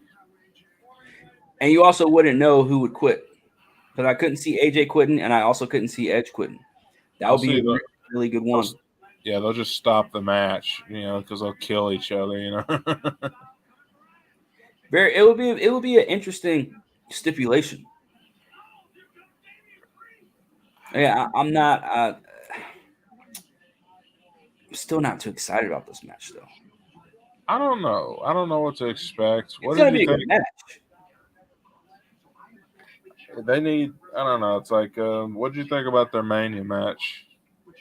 I liked it, except obviously the ending where Damian Priest got involved, and it's like, do we have to have this at WrestleMania? He could have done this the night after Mania, nothing like that. It had to be at Mania, and that's when I was like, okay, you know. Yeah. But now Edge and AJ with Edge's, I think Edge is gonna win this one too. I got Edge. Who Yeah. do you have winning this one? I think you know what they're probably going to build up to. If it's what we talked about, they're doing the bullet. You know, if WWE's wanting to bring Bullet Club back, you know, build a new faction to go against, you know, Edge's brood, pretty much. Maybe they're building up to that. Maybe it might be tonight. Might be tonight. Might see the Would it see be a the third member though? Would they need a third member for that? That's going to be the question. yeah. I, Because what I like Damian Priest and Edge together. It's just two, and I think if Damian Priest went for the U.S. title or Edge went for like a mid card title and elevated that championship, I think that would be a really cool thing. I don't want to see them as a tag team. That's for fucking sure. they're taking up a lot of time with the packages. I know. Remember back in the day, promos were like 2 minutes, and they gave us a really cool fucking rock song, and then we went on our way and got into the match. Now it's like they got to show what happened December of 2021 to February of 2022 to March, and it's just like, bro, Oh, dude, mine and your generations, those packages were the fucking best ever. yeah. The WrestleMania like 2003 had nothing but great packages. Hell, you know, Survivor Series. Hell, like the music they played. You know, I still listen to a lot of that shit. You know, Drowning Pool and you Oh know, yeah, yeah, fucking, yeah. Drowning Pool, Saliva, Limp Bizkit, Lincoln fuck, Park, like they had Metallica. Like, fuck killed it, shall I continue? You know what I mean? man. Yeah, and the They had full excellent 9 yards. and those packages were so fucking cool. Like it told the storyline up to that point in such a way that was fucking like anyone could sit down and know why these guys are fighting. You know what I mean? And like, and I still think the WrestleMania 20 package is the greatest package they ever did ever. It's fucking amazing. You remember that shit? Oh yeah, yeah, of course. Like one of my favorites are going to be the Survivor Series ones. Survivor Series 2002 and Survivor Series 2003. Those two promo packages for those pay-per-views, amazing. Fuck yeah. Shout out to Jaren. Jaren says, "What's up? Hey, what's up, man? Hey, at least he didn't come here in the last 2 minutes this time." Yeah, I'm just messing with you, man. Jaren's a day one, man. Hey, thanks for showing the love, man. Thanks for coming through, fam. You already know. Welcome to the party. So I now they got dig Edge Edge's out new first. theme. He's doing I this dig whole. his new theme. That new theme is sick. I think Alter Bridge did this one too. Wow. The same band that did his the most famous theme song. Hmm. And that's only right too. Yeah, I will say, it has been fucking good. Edge being back, and as much as I loved him, sort of being like his rated R superstar gimmick, but he I needed like something what he's fresh doing though. He now. needed something new. And this You is know? new. This is Yeah, fucking. This is it. This is the coolest shit. I think he could pull a Jericho. He could have like he could. a million fucking, and that's the thing that I want though, and that's the one thing that I wish a lot of people could do. Now it's not for everybody, obviously, I know that, but Yeah, I feel like it would help out a lot of superstars to go this route to yeah, continue to adapt after every so often. Once you start seeing things are getting, once you start seeing yourself plateau, yeah. fix it, do something else, become Uh, someone else. And professional that- wrestling is the one place you can do that. You know what I mean? absolutely, absolutely. And Edge has always been the best about that. I always heard like he has the nickname in the locker. He's the mad genius, the mad scientist. Just like he's always creative and coming up with cool shit. AJ honestly could use a gimmick change. I've been listening to no, they don't want none. They don't want none. I don't know though. I don't know because AJ Styles to me has always been able to pull off just being AJ Styles.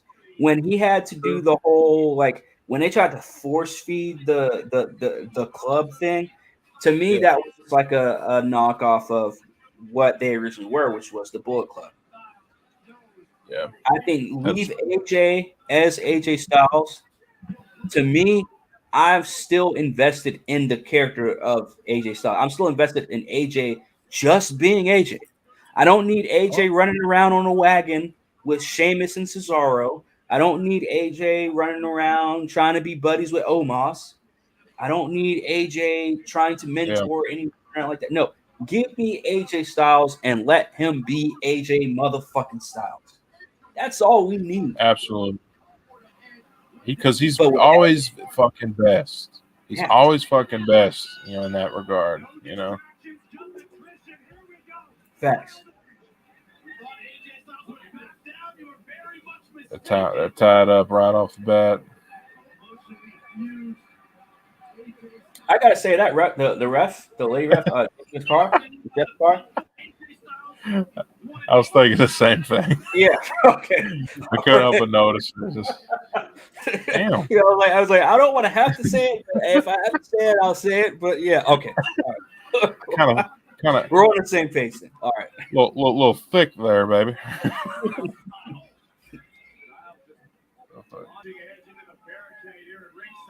Uh-oh. AJ's counters, man. AJ's counters are he's the best. I can still say AJ Styles in 2022 is still the best in the world. Just there's never been a more. Maybe it's Shawn Michaels. Him and Shawn are in a fucking class where just they could go out and wrestle 5-star matches with any fucking buddy. That would probably be the most. Because again, I still can't rule Johnny Gargano and Seth Rollins out though, man. If we ever had it, I mean, I know we'll probably never get it now because Gargano's still a little too young. You know what I mean? They're still a little young, I think. Rollins is seasoned. That's right.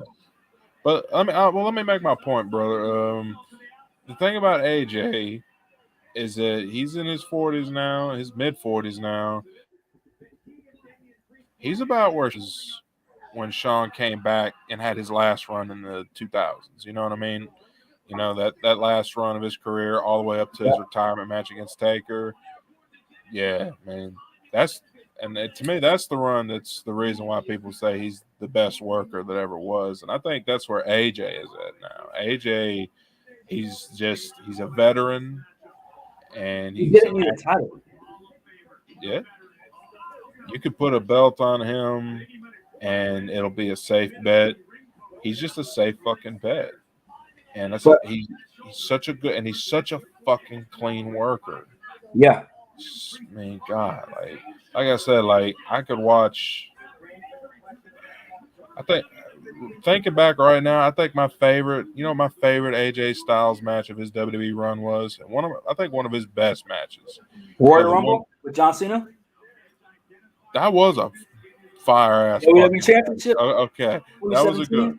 I forgot about that. Him and Cena tore his ass down. Oh my God, dude, that shit was fire, bro. Fuck yeah, and both matches, the one at SummerSlam too. Fucking, they killed that shit, and they still need to have a third one. I think they could have a third match, and it'll be fucking, be money. But no, honestly, my favorite match AJ had in WWE was Roman. Yeah, he had a couple matches with Roman for the title. There was one, I think it was Extreme Rules. Yeah, because they had one at Payback and Extreme Rules. Yeah. That one where that was a 5-star fucking match. Like I still think like him and Roman fucking. That's when I thought Roman won me over, because everybody was hating on Roman at that time, and that was when I was thinking like, this kid's fucking got it. If he can hang with AJ and have a 5-star, then this kid's fucking got it. Mega facts. I go back and watch that match. I can go back and watch that one. That was a fucking killer match. You know what else is you know what is just a good pay-per-view in general that I went back and watched a couple months ago? Battleground of 2017. I mean not 17, 2016. 17 was good too, don't get me wrong, but Battleground of 2016. It's one of the better. That one was a chef's kiss of great wrestling. What was there? I can't remember. It was literally the week after, or the Sunday after they did the brand split. So it was matches like the Wyatt family versus New Day. It was Dean Ambrose versus Seth Rollins versus Roman Reigns for the WWE Championship in the main event. Cena, Enzo and Cass, and Cena versus the club. So AJ Styles and Gallows and Anderson. You had the Miz versus Darren Young for the Intercontinental Championship. I forgot the championship match was. I think 2016 was a fucking good year too. I will say, like 2016 had some fucking awesome pay-per-views. To me, it was like 2015 to 2017 were like the best. Those like the best. The last really good run of WWE and NXT. Yeah, NXT was on fucking fire. Like back when I was watching NXT like every week, because it was good. I could and there was only like what, an hour long show. It was only an hour long. Back in the day, I could squeeze that in, like in hour long on the network, bro. Let me tell you something, man. I tried watching fucking just not old wrestling, but like Ruthless Aggression shit on Peacock, bro. They have censored the absolute fuck out of the WWE network, bro. Really? I'm like, dude, I can't even watch it. I can't even watch the good shit from back in the day, bro. Because they either taking it out because obviously, with the whole sensitive era that we're in now. And Peacock is NBC Plus pretty much. So stupid. I won't do it.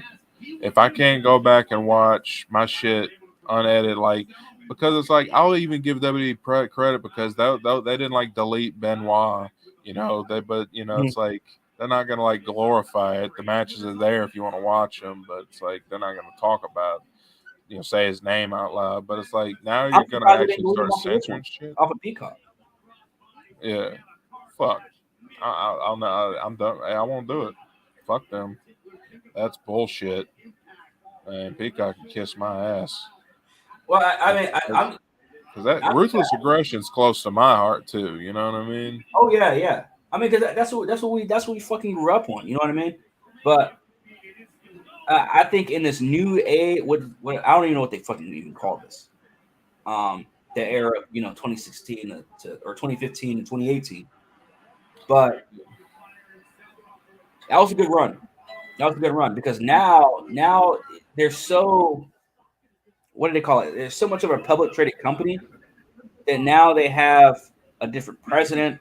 Now they have somebody that knows nothing about the pro wrestling industry and only knows about business. And that's the problem that WWE runs into. That's the problem that WWE runs into. I agree. And I think financially, because the only reason they went with Peacock in the first place is because of COVID, and they was hurting financially, and they needed to sort of partner up just to keep the lights on. I would rather they bring the network back once they're back in full swing, which they should be. Unfortunately, that's not going to happen. They're way, dude. They have so much in stock with Peacock now, and plus Vince has made it very evident that he's on his way out in the next couple of years. That's why he pretty much. I should have enjoyed it while I had it, because there was a time I did love the network. You know, they had like you could watch like so much shit on there. They had everything. I fucking loved it. You know, and I was actually in the middle of like watching. I started back over on WCW back when Scott Hall showed up. You know, back in '97, and it's like, damn, like this shit was. I forgot this. Like, because what we can do nowadays ain't as nearly as you can't say the shit they fucking do back in the day. You can't shoot the same promos. You can't. The promos are way different now. I wouldn't say way different, but the promos are more careful now. Yep. And so when it comes off, when they try and come off as like threatening or they're trying to come off as like a badass, it just doesn't work because you're so limited. But when it does work, you're like, all right, that was impressive. You're like, you know, that's why I like the guys on the mic like The Miz, because he has been for 15 years in WWE and still manages to get over as a heel. Yep. Fuck yeah, man. No, I'll always give Miz credit. Miz was, you know, he's a self-made star, you know, because like he always got the short end of the stick, and he just stuck around. Benoit, like I heard Benoit like kicked him out of the locker room back in the day, and he respected that even after Benoit died. Like he had to earn his way back in. Yep, and it took Undertaker saying, you know, you can come back in, and that's fucking. That he's got a legacy that deserves respect. Mike the Miz. And you gotta respect his game, man. You gotta respect his hustle, man. Oh, he get like to me, like the last Intercontinental run was actually really cool. Like even though he beat my boy Zach for it the night after he won it, he still went on to have a really good run with that belt. He made it mean something. Really good feud with Ziggler as well. Hell yeah! I remember that. Yeah, I mean, him and Ziggler. That's someone else who's underutilized. Oh fuck yeah! He's a Kurt. Ziggler is a Kurt Hennig. Like he is that fucking good. Like and I always thought he was the best seller. He still like can sell like a motherfucker. Like you know, I always wanted Zigzag to do something to be utilized more. And hell, in the He went to NXT though. He's in NXT now. He won the NXT championship and then lost it back to Braun Breaker. Scott Hall. Oh, not Scott Hall. Scott Steiner's nephew. Rick Steiner's son.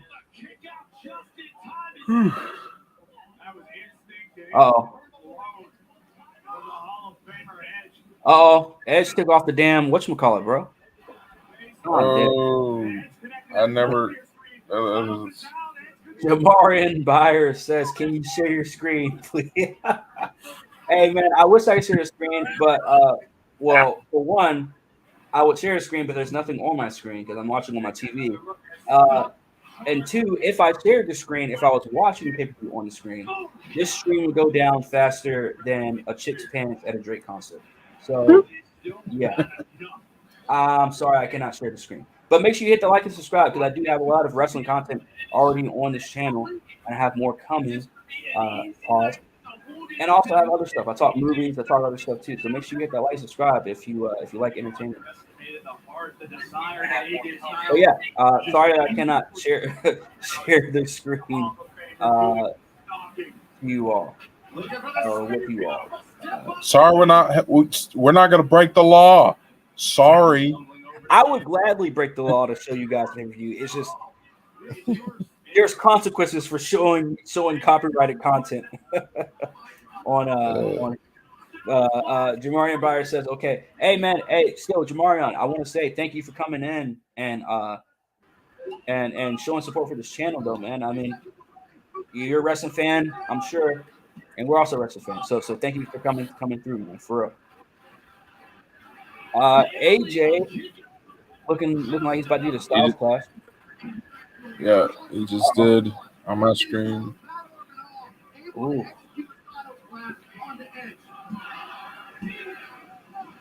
Edge is kicking out of that, right? Yep. Edge gets out of the Styles Clash. Edge kicks out of the Styles Clash. I think he's getting ready to do the elbow. No, he's going to the fucking The phenomenal top rope elbow. now.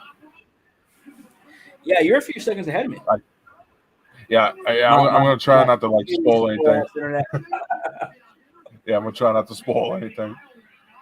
No, you're good, man. I'm only a few seconds behind you, so I don't care. Oh god! Damien's ass come out, and someone else come out and said, "Bullshit." No, but you gotta remember, Damien. Oh shit! Club. I thought he was barred from Club. ringside. What the fuck? Club, dude. See, this is the shit that pisses me off about WWE. They don't stick to their fucking shit. Fucking club, dude. Oh shit! Finn Balor? Fucking club, dude. Hell yeah! What did I tell you? What did I tell you? They're about to bring in their own fucking Bullet Club, bro. That's oh. What's this ominous dude standing outside of the ring in all black? You see that dude? That's Rhea Ripley. That's got to be Rhea Ripley. Come on, man. That's a tall ass chick with nothing but muscle on her fucking body. That's got to be Rhea Ripley. I see boobage. See boobage? See some boobage. That's Rhea Ripley. It's got to be. What the fuck? Oh, I heard the bell ring on your end. That was such a shitty finish. That is not what I wanted to see.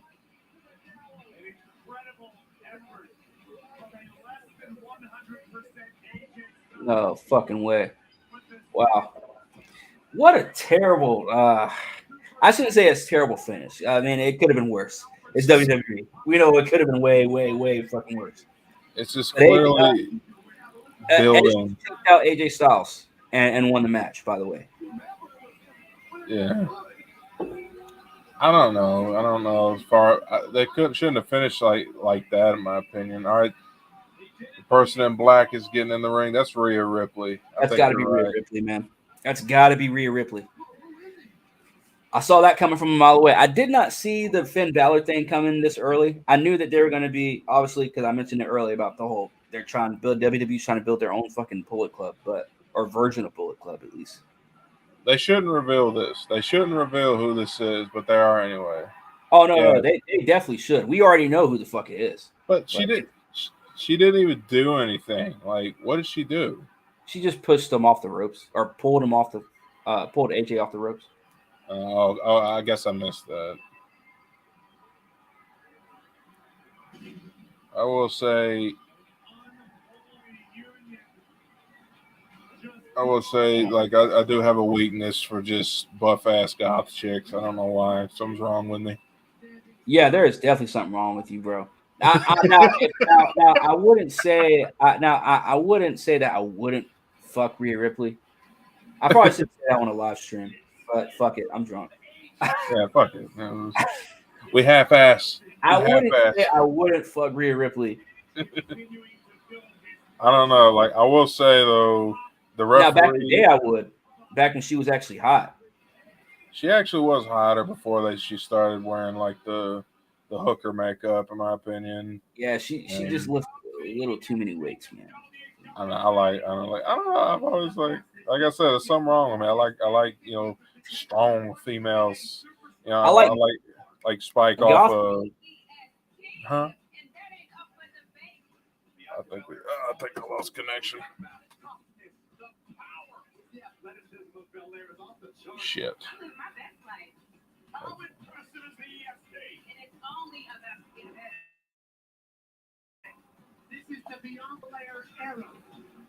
I cannot hear you. It is frozen. As a kid, I was always the EST. I excelled easily and naturally into everything. You're talking about one of the most confident humans I've ever seen, and there's a good reason for that.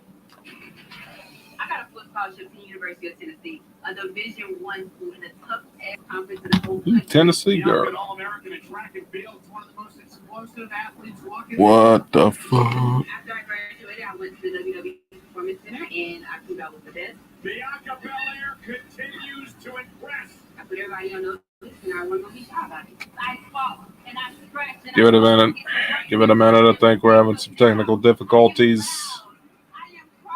They're doing a program for Bianca, and I like her. I thought she actually had a really good match at Mania. I think she went against Becky. They had a good match.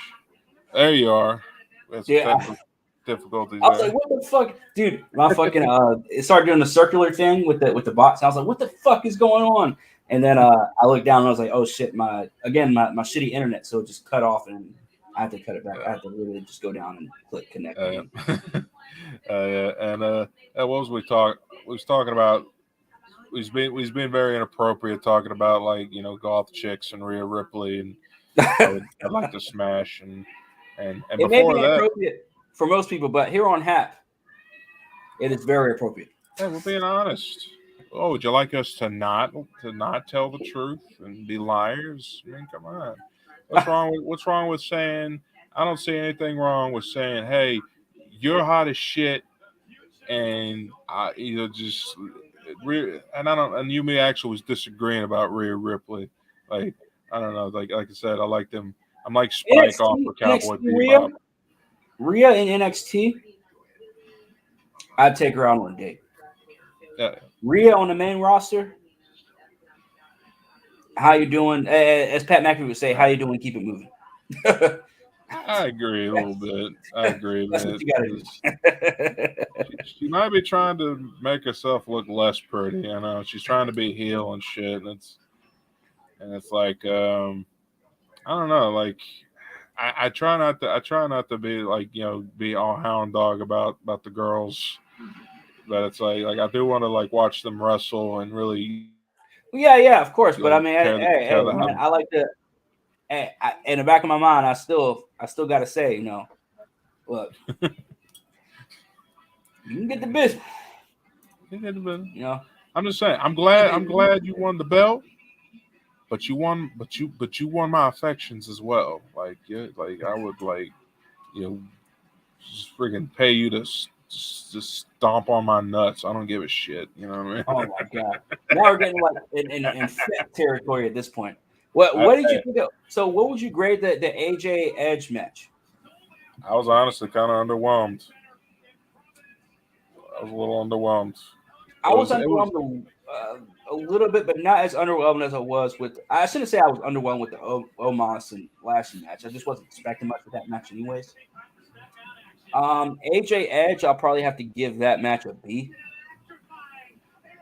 I'll give it a C. I mean, obviously, we're gonna grade the whole pay-per-view as a whole at the end. But I'll give it a C plus. Yeah, so far. Yeah, to me that match was just more. It's clear they're just trying to build heat. They're just they're getting ready to build. It wasn't really a match to be a match. It was more like they're getting ready to build up the club and the Brood. Like we just saw, Rhea Ripley's now part of Edge's little Brood, and now they're gonna. We just saw Finn come out, so that's clarification. That means the club's coming. You know what I mean? Yeah. So, and that would be fine. I like that. I look forward to that. Like, dude, like if they build that up in time for SummerSlam, Club versus Brood, that'd be a hell of a a Survivor Series. A 5-on-5 Survivor Series. That'd be the shit. That would. But would it be? My question to you is: would it be well built?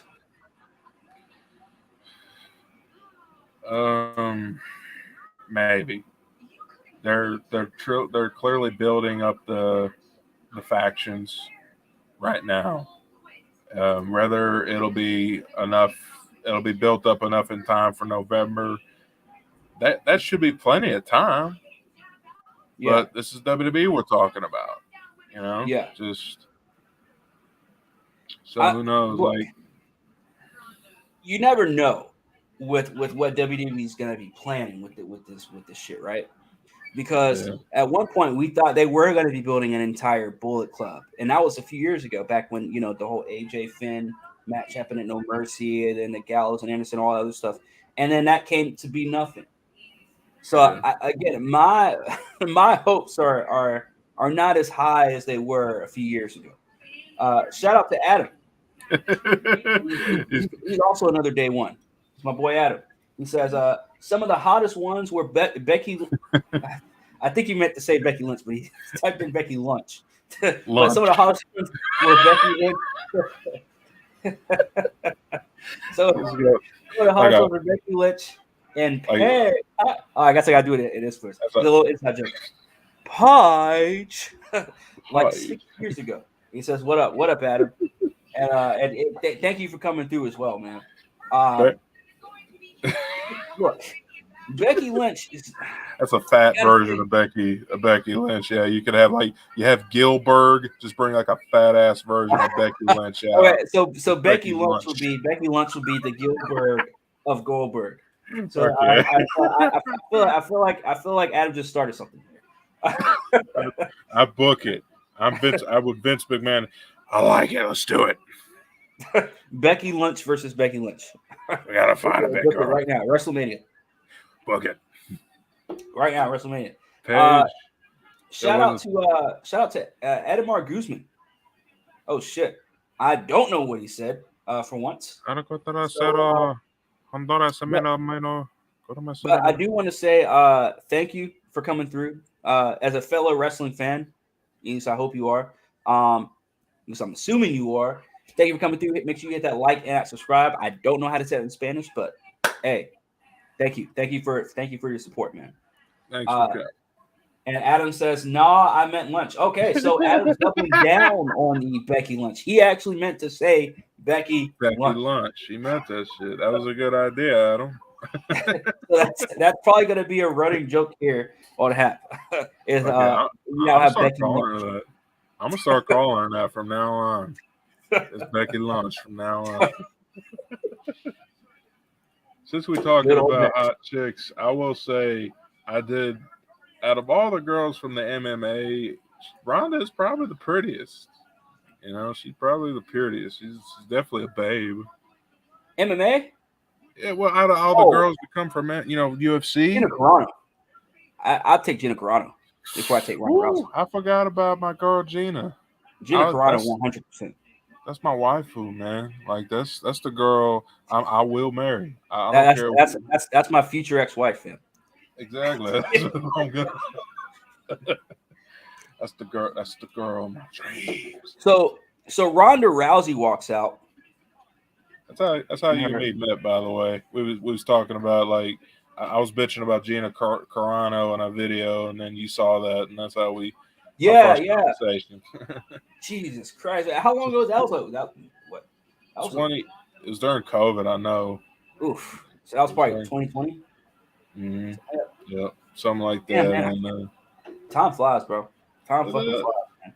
And we man. Our friendship began with Gina Carano. It comes full circle, Old Gina.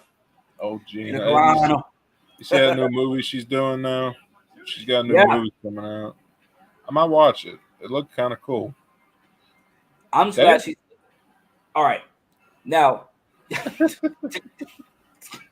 to go back to what you were saying earlier. You already know what I'm about to say, right? Okay, so how do you have to say it? Do I? Right. Okay. For the chat, tell the chat. To go back to what Jake was saying earlier about Rousey. Well, she just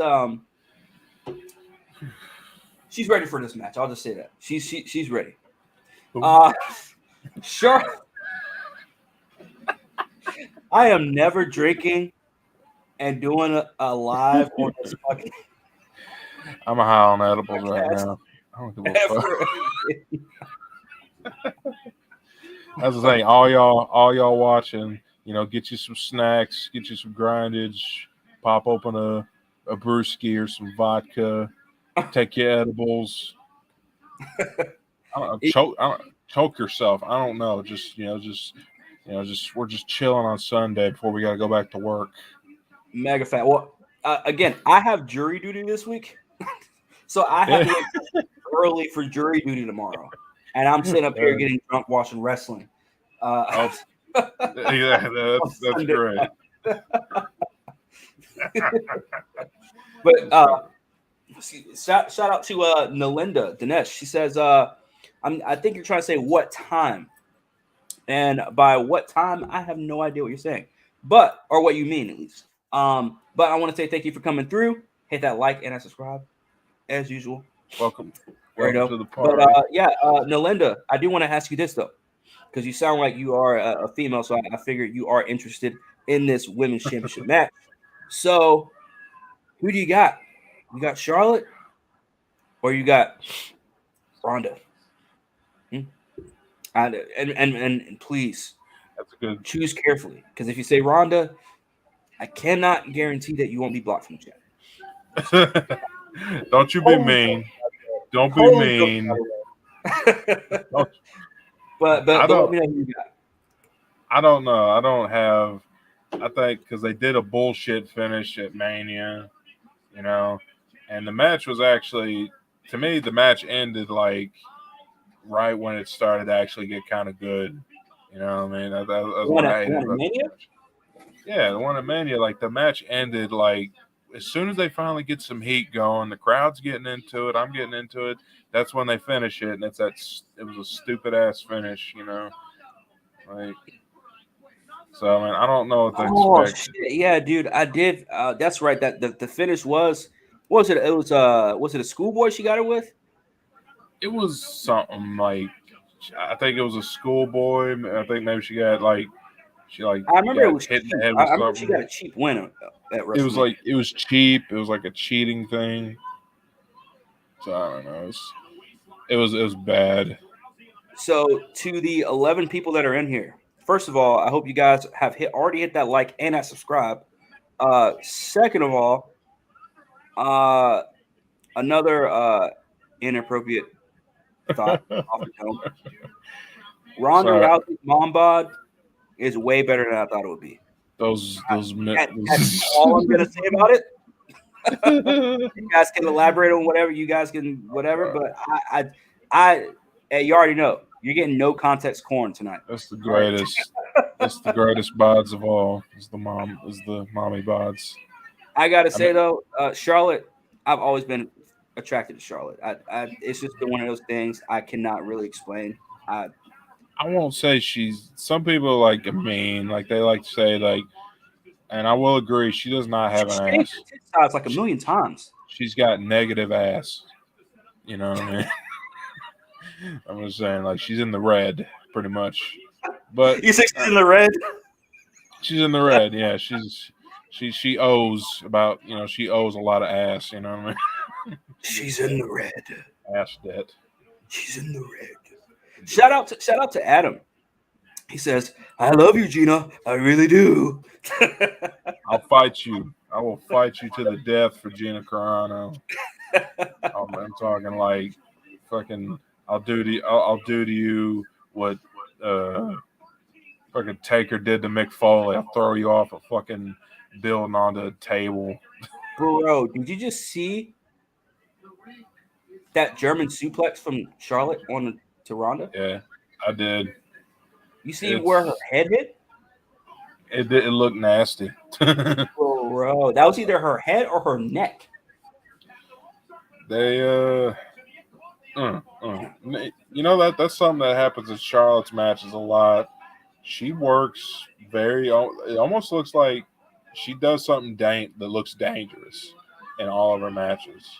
Yeah, but at least she's not stiff. Like we've never seen her really be stiff, which is good, obviously.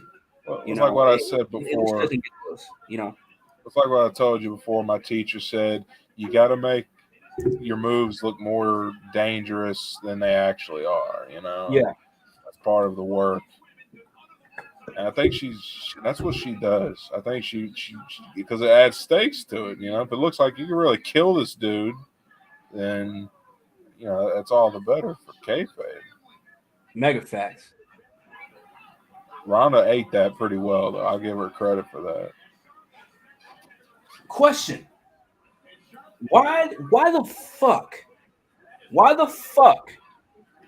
did Charlotte just chop Ronda Rousey twice, and then the referee puts the microphone up to Ronda Rousey's mouth, asking her if she fucking quits? What the fuck kind of logic is that? I don't know. I haven't seen an I Quit match in 10 fucking years. I haven't seen an I Quit match in 10 years. So I forgot it was an I Quit match. Oh man, you know what's sad, bro? Hey, you want to quit? What'd you say, bud? I can't remember the last I Quit match I watched. That's sad. Damn. It was back when I was a kid. Last one I could really remember. I know I watched one within the past. There was one within the past, like it had to have been one within like the past like 7 years that I've watched. I just can't remember because maybe it wasn't that memorable. Yeah. So back in the day, the I Quit matches actually meant something. Remember Stephanie McMahon and Vince McMahon at Vengeance of 2003? Yeah, I remember that one. Now, my bad. It wasn't Vengeance. It was No Mercy. That was an I Quit match. That right there is what you call an I Quit match. Yeah. John Cena and JBL in an I Quit match is an I Quit match. Mm-hmm. Eddie Guerrero and Rey Mysterio, or was it Chavo Guerrero or Rey Mysterio? I can't remember. It might have been Eddie Guerrero or Rey Mysterio in an I Quit match. That is an I Quit match.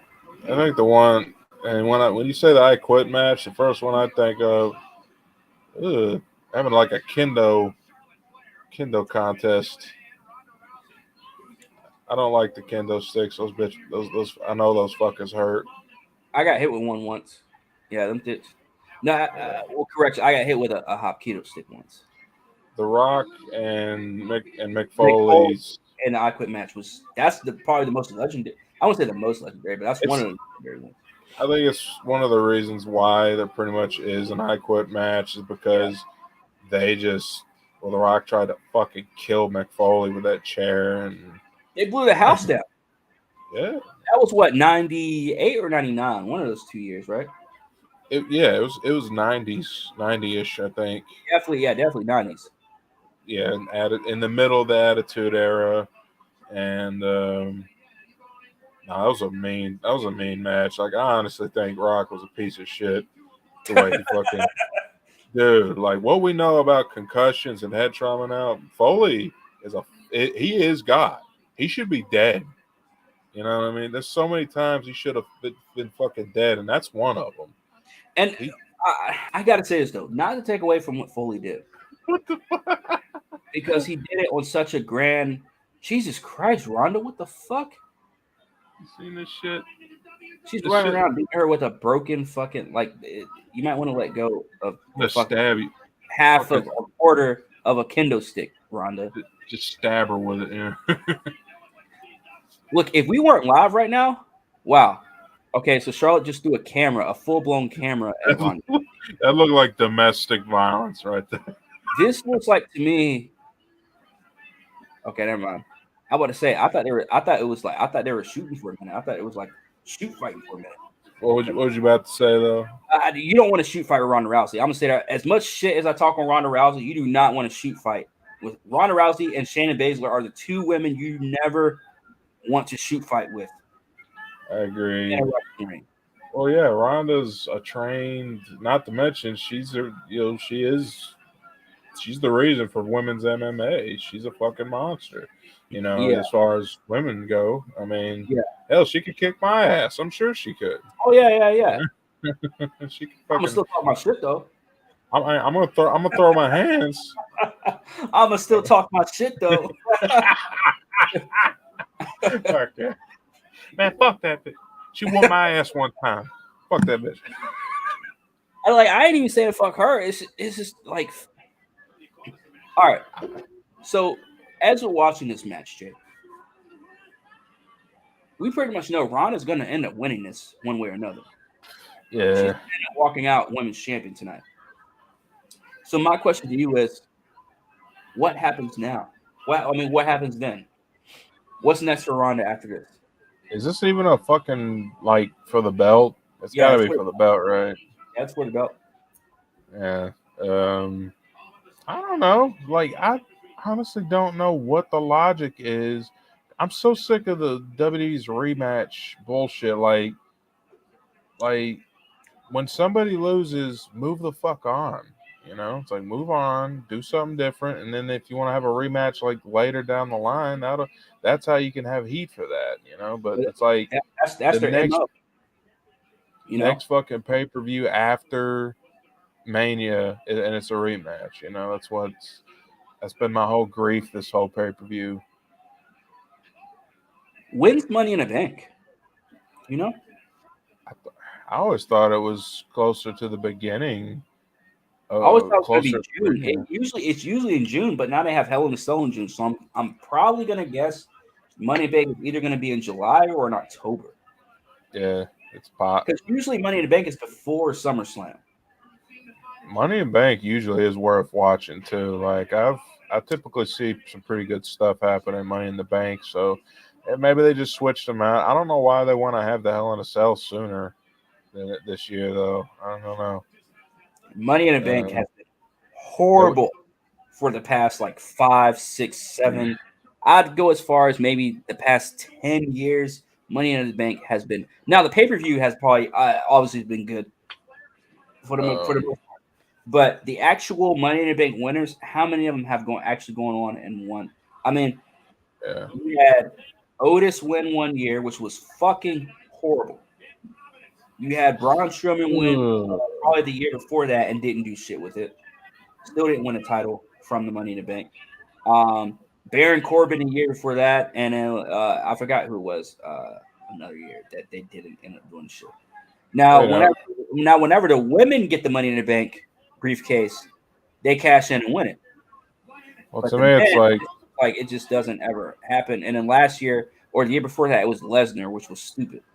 I I think figured they it. have to do the thing with Royal Rumble with having a new person win the title, win the Royal Rumble. If you're gonna have somebody Yeah. like Brock Lesnar or Roman Reigns win the Royal Rumble, then have someone that is unexpected. I would like Otis winning the Money in the Bank if they actually had him cash it in and actually win it and actually took him serious, but they didn't. And that's the whole gripe that I had with them. And then the year before that, Baron Corbin won and cashed it in and lost. Then the year before that, Baron Corbin cashed it in on on an episode of SmackDown and lost because of Cena in a triple threat match. So I don't carry too much stock in the men's Money in the Bank. I honestly, I just figured it out too, pretty much. I guess they're doing the Money in Bank. If they're gonna switch it out with Hell in a Cell, like you said, maybe it'll be up in October now. Maybe it's because they don't want the Money in the Bank to float for that long. You know what I mean? They want to get it. Maybe maybe they want do another cash in at Mania. Who knows?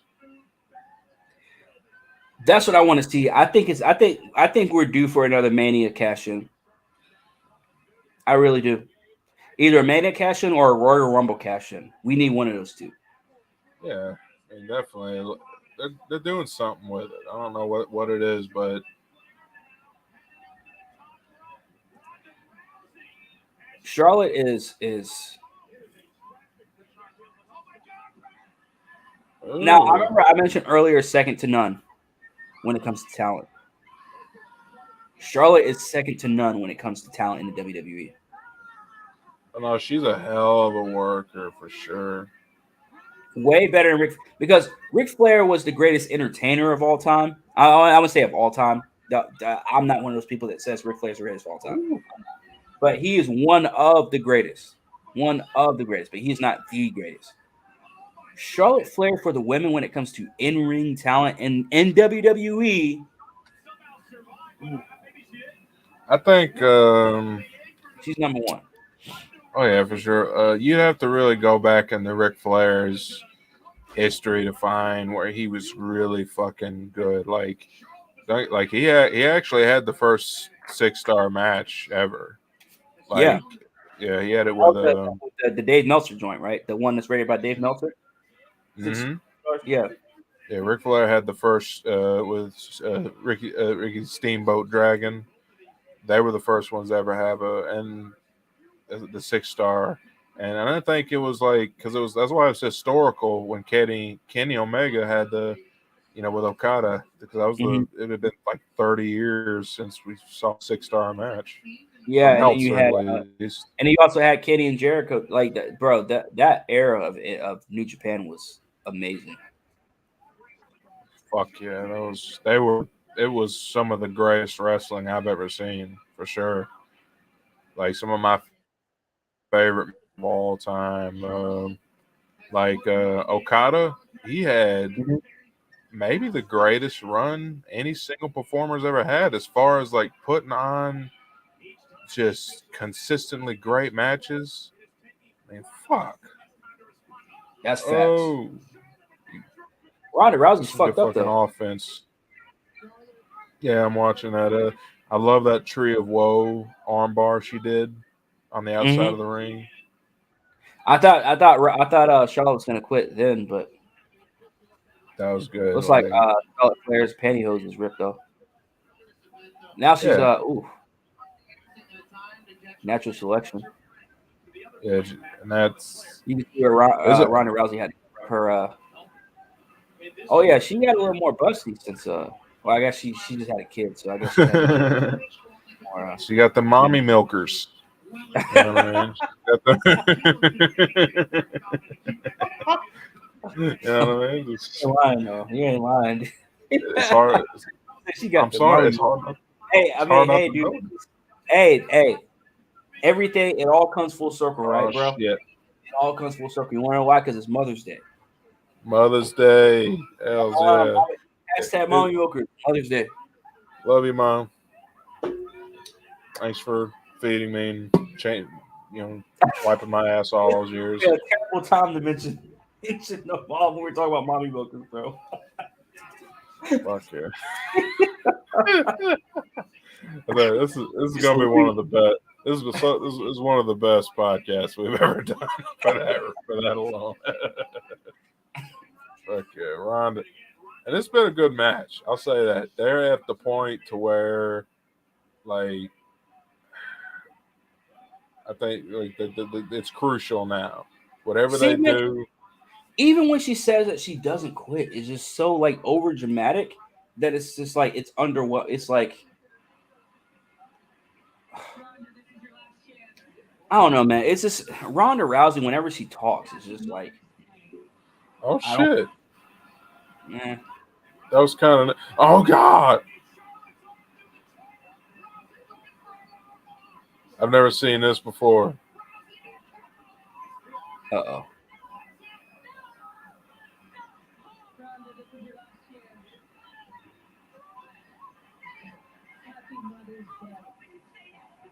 Well, we just mentioned Mother's Day, and oh, Ronda just spoke.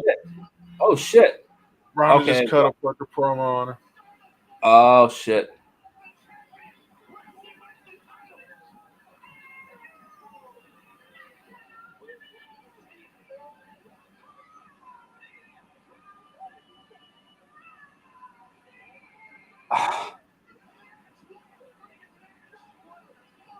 No fucking way, dude.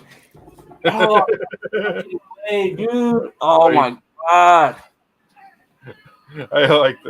I do like that little dig she did. I was hoping you'd say no, bitch, and then she fucking tightened up. Like that was cool. Let Ronda cuss more. That would make her promos good. Let her say fuck. No, that still would not save her all the words you could say. Shit, piss, fuck, cunt. All those. That still would not save fucking Ronda. Oh my god, dude! I knew she was gonna win. You didn't like that? The way they did it, so fucking cringe, bro. It's so cringe.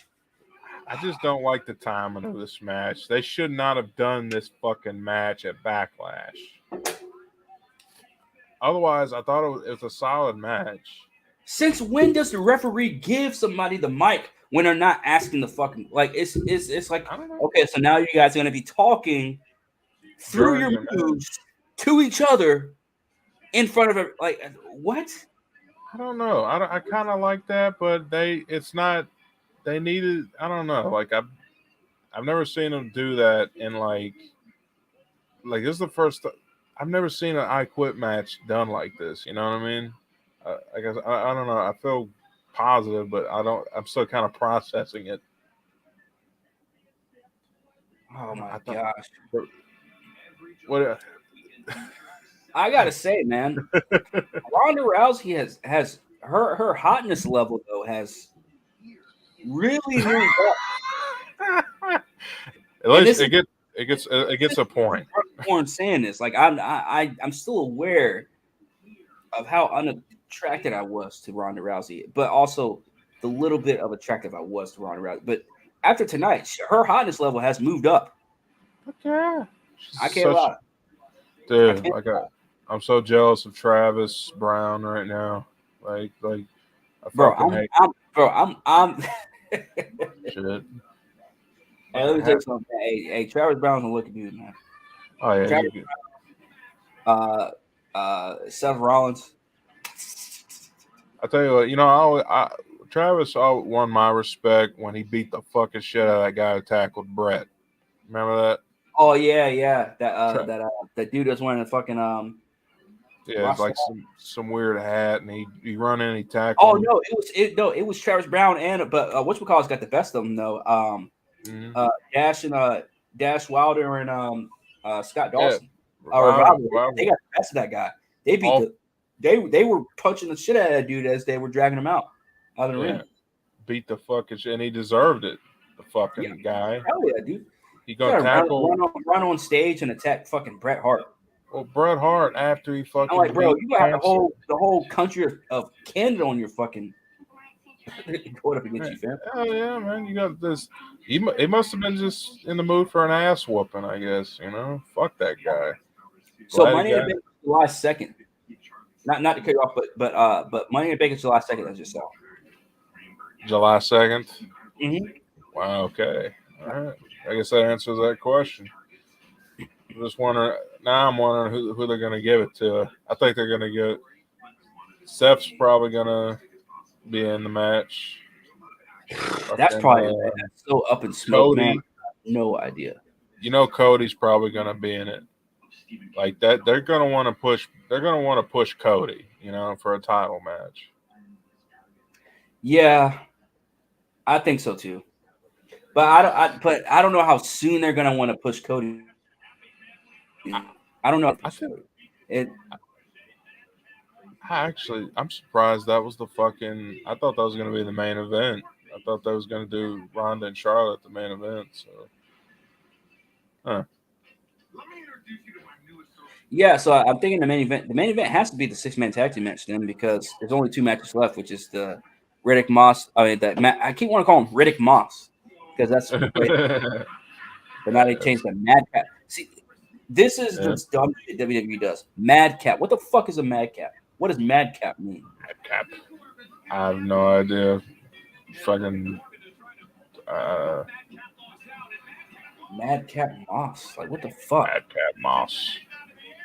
That's the thing. They have the stupidest, most cartoonish names, in my opinion. The You know, dumbest. I like, and that's the thing. Like, and they used to not be so bad because they'd let like Finn, like, because he had a great name at first, Prince Devitt, but then they let him come up Oh with yeah. his own name, Finn Balor, because Finn is like that has like a historical kind of Irish. Yeah, it's got Irish. So Finn, I forgot how he explained it, but he said like it's supposed to be it's supposed to be like demon warrior, demon knight is Finn Yeah, Balor. Because Balor. Balor is supposed to be I forgot what Balor is. But it's It supposed to is be demon. Finn and Balor are supposed to be a match of like demon and like warrior or demon and knight or something, whatever Balor is. I think Um Finn's the warrior and Balor's the demon. he's a demon. Okay, okay. Yeah, I knew it was I knew it was like those 2 names put together, like demon knight or something like that, whatever. Which is pretty fucking badass. Oh fuck yeah!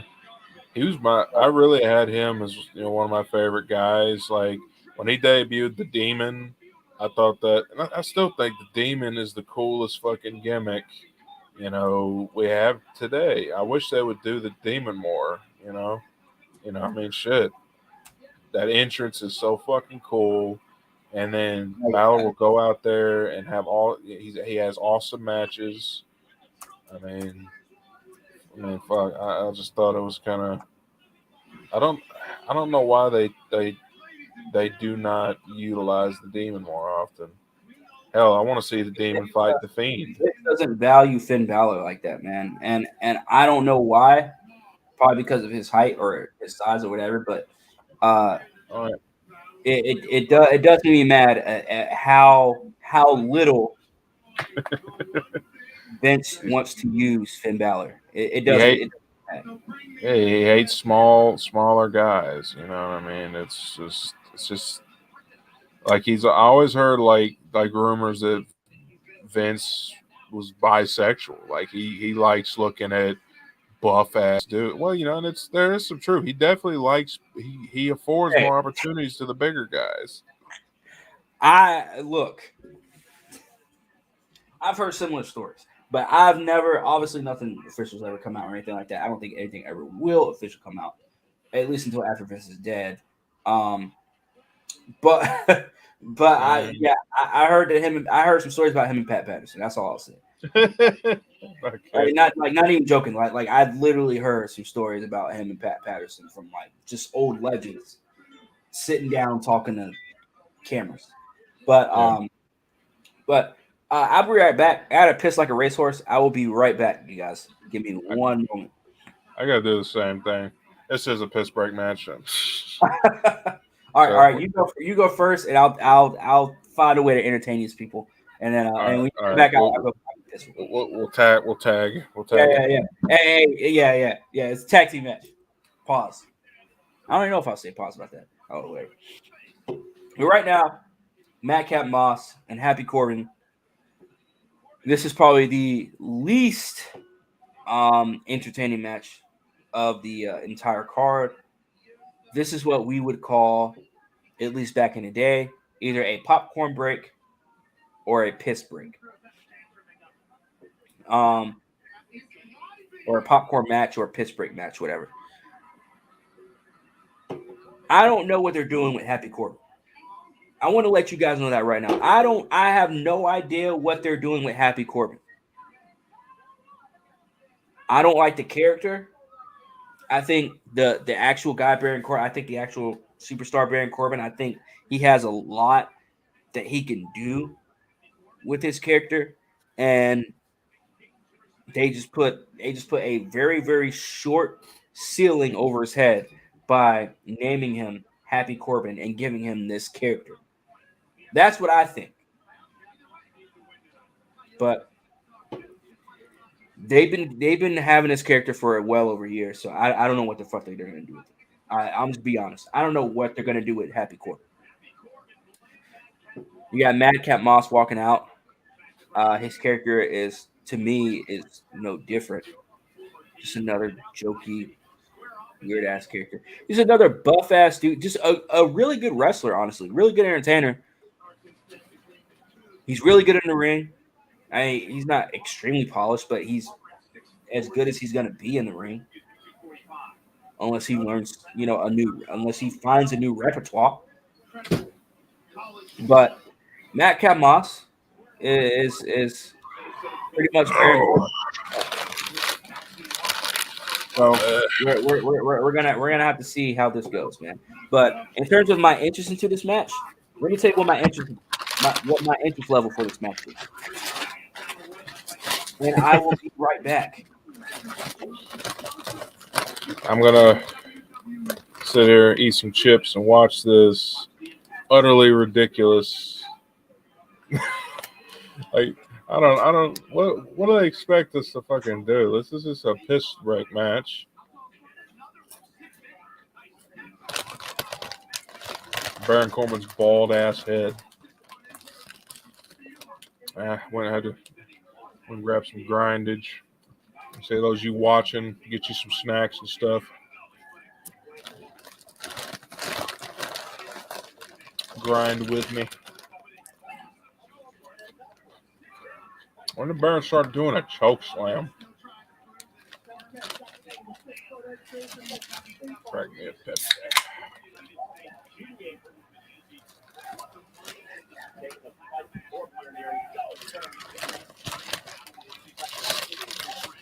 This match is going to be like, let's say, I'm calling 7 minutes. Maybe, if that.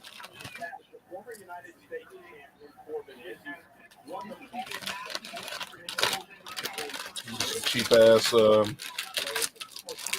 always say black pepper potato chips. Really good.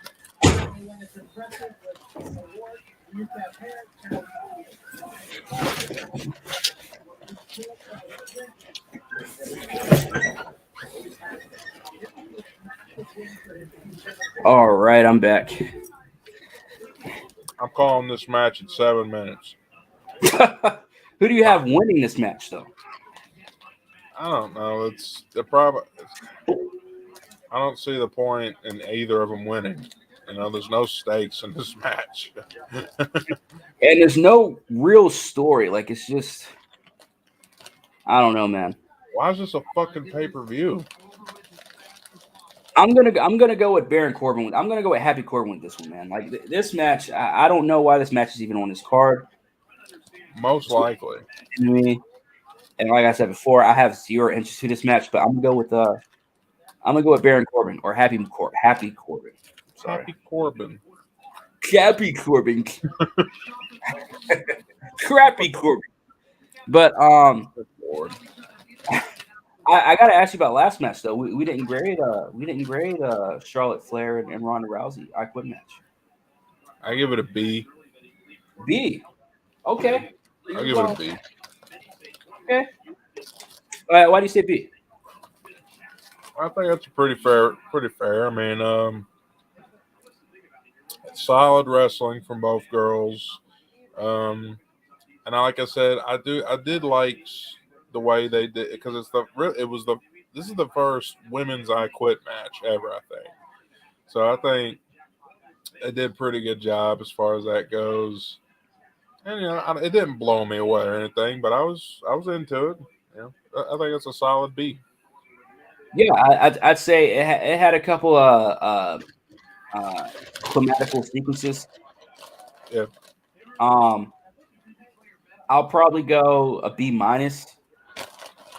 I felt like they could have done a lot better with this match. With that match, there could have been a lot better sequences in that match, but they did what they could. Ronda Rousey was still, but we were in the match though. Like we were still somewhat glued to the match. Yeah, true. I'm gonna go be honest. It wasn't bad, but it wasn't great. So I didn't like the finish. I didn't like the mic talk that they did. Jake, I know you liked the mic talk that they did, but I did not like Ronda Rousey getting on the mic and you should have said that bitch or whatever the fuck she said. I'm good on that. But yeah, it's fine. But now that's the match itself. Mm-hmm. What do you give the match? What do you give the match based on Ronda's mommy bod? That deserves some credit. Oh shit, we're going back to this. Look, I gotta say, if her and Travis Brown ever get divorced, Ronda, call me. I mean, I to the ends of the earth. Let me take you away from all of this. Oh my gosh. Shout out to Adam. He says, mad crap. Mad crap Hoss versus Happy Hogan. Happy Hogan. That's for real. Like, only because I know Adam personally. If he actually watched wrestling, he'd probably come up with more. He'd probably have better names, or actually better worse names for these people. But this goes to show just how bad these names really are. And like I said, WWE just has very shitty names to give these people, bro. And very replaceable names. Well,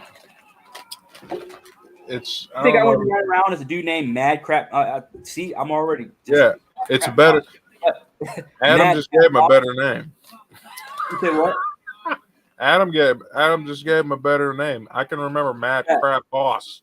Like Facts. Hoss. I remember Mad Crap Hoss more than I would name. More than I remember Mad Cap.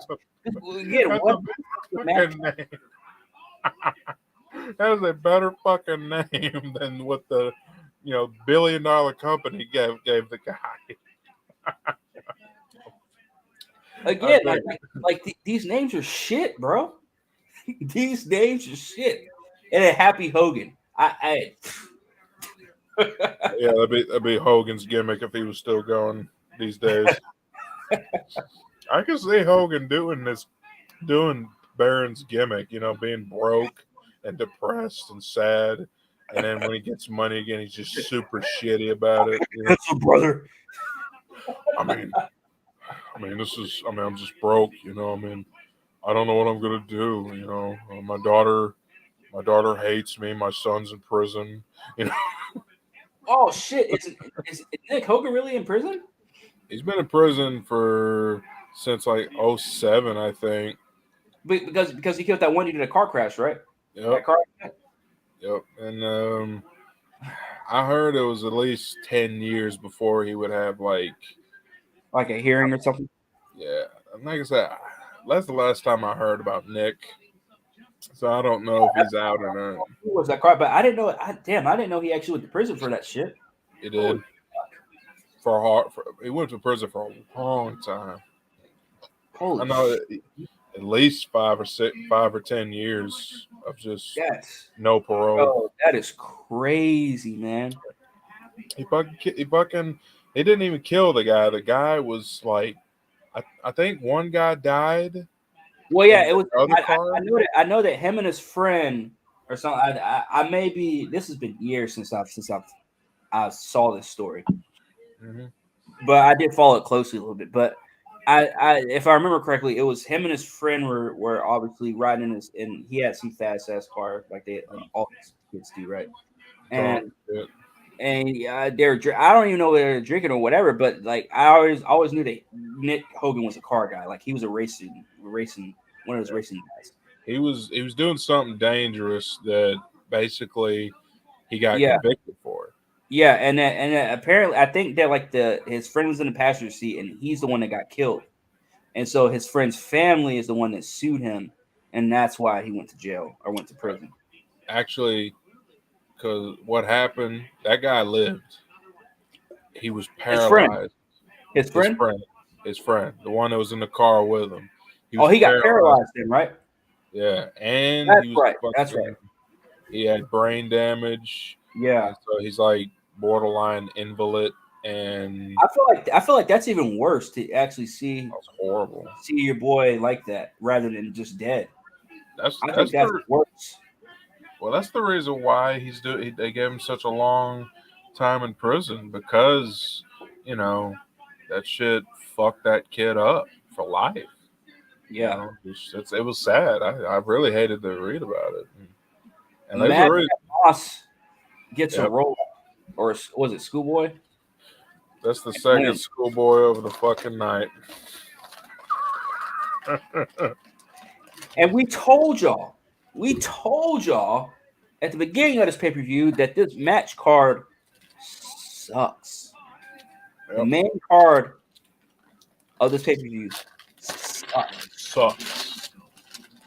Repeat. And now they went ahead and got Madcap Moss, or that would say Mad Crap Hoss, beating Happy Corbin.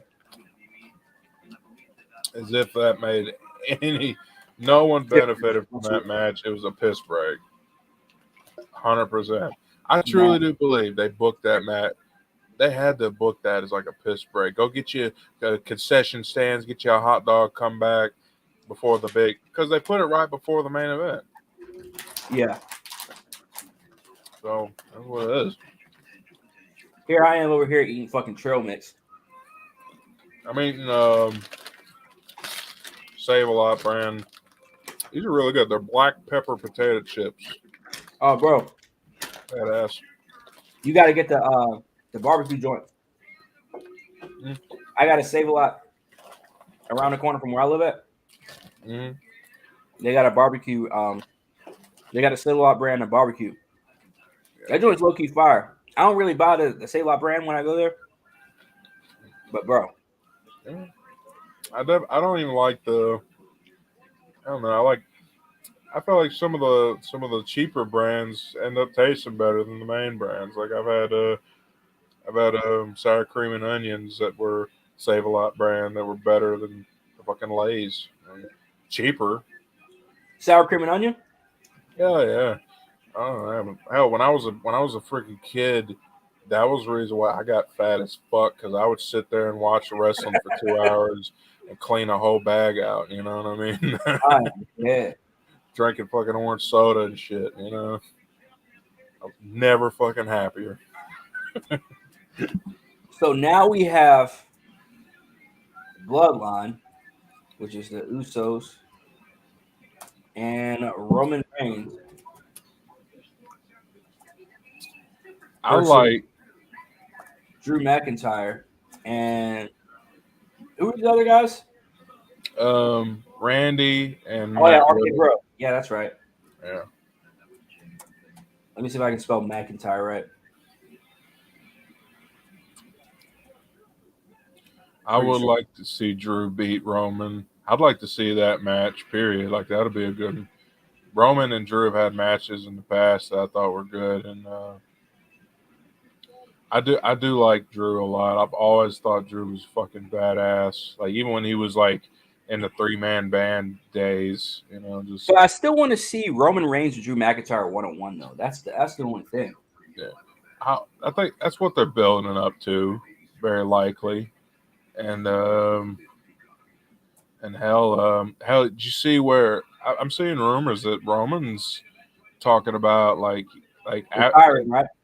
yeah, like he's talking about like he's giving talks after The next stage in his life. So Yeah, who knows what that means? Who knows what that means? So they might just put the belt on McIntyre and you know Look, has Roman Reigns been on top long enough to even walk away like this? No, but I guess in this day and age, no one else is on top of this company. Think about it. No one's been this dominant on top of the company, even though it has been a short amount of time. It's only been maybe about a couple years, maybe 2 years since Roman's been the guy, like legitimate the guy. Yeah. It's been about a little over 2 years. They kept trying to give him the top guy, and yeah, he's been in all these main events, but no one's really looked at him as the face of WWE. I do agree. He hasn't been at the top legitimately, where he's actually over. The fans love him and shit. Because that when they tried to push him back in like 2014 and 2015, that was a big problem. And it's just sort of like I don't really consider that, like you said, a good run. But to be fair, he's worked his ass off to get where he's at. He might just be fucking tired, and he's already had to battle fucking. He battles leukemia and shit, so he might just be getting to where he wants. And if he's got the option, more power to him. But I really do love Roman. Like, even though I hated the way they booked him, I gotta say he grew on me. I got nothing but respect for Roman Reigns. He fucking earned his fucking spot. And it took Paul Heyman to fucking give him the gimmick he deserved, like, because that's exactly what he is, this big menacing dude, Samoan. Yeah, that's the chief right there. That's the tribal chief. That's the head of the table. Like if he would have had that gimmick back in the day, fuck.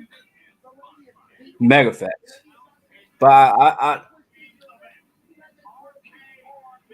okay. So Charlotte, all right. Because while you were talking, I had to listen to what you were saying. Charlotte Flair has a broken arm from the match. Is that legit? Broken arm. I'll say it's broken. per Caleb Braxton just now. Yeah. It's a work. Oh yeah, of course. You know what I didn't know about until yesterday? I saw the clip. I didn't know Big E fucking broke his neck. You didn't know that? You didn't see I that? did not know. And then I saw the clip, and it was like, ugh. That was Madcap Moss, by the way, wasn't it? Yeah, It was with him or Rich Holland. I can't remember. I get those two mixed up. they did a belly to belly.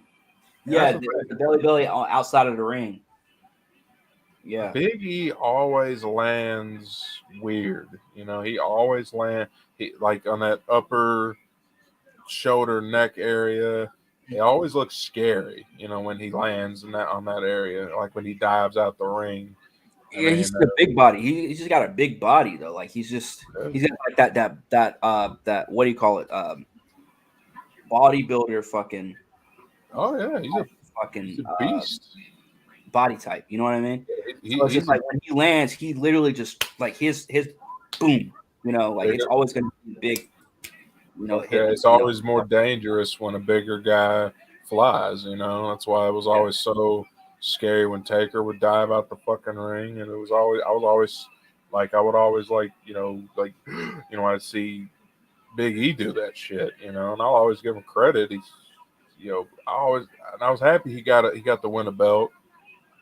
I was happy he got to have a run, and I would hate for Big E to fucking have to miss out, if it's career ending, that would be horrible. Because Big E's a fucking awesome guy. Mega facts. I will say though, after him breaking his neck, I mean, he probably will never be the same again after that though. Like his wrestling will probably never be as polished as it was before.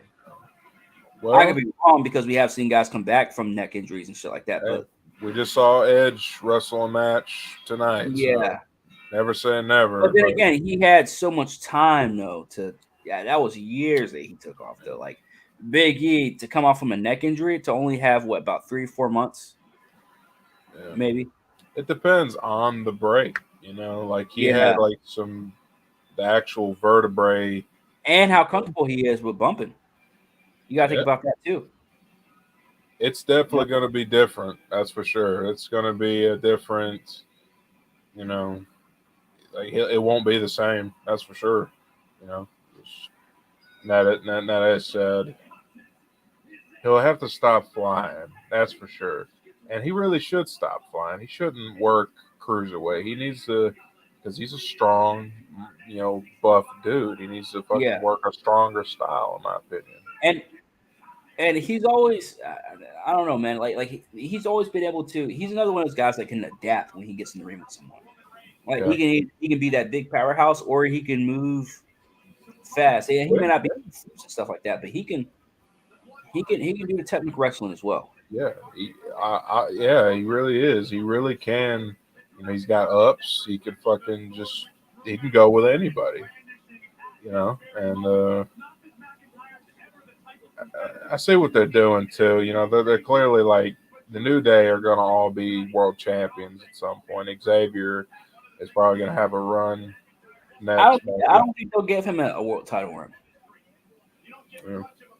I wouldn't even say I would like to see. I mean, I would like to see anybody become world, but I don't think they'll give Xavier Woods a world title run. I don't literally. I don't ever see that happening in WWE.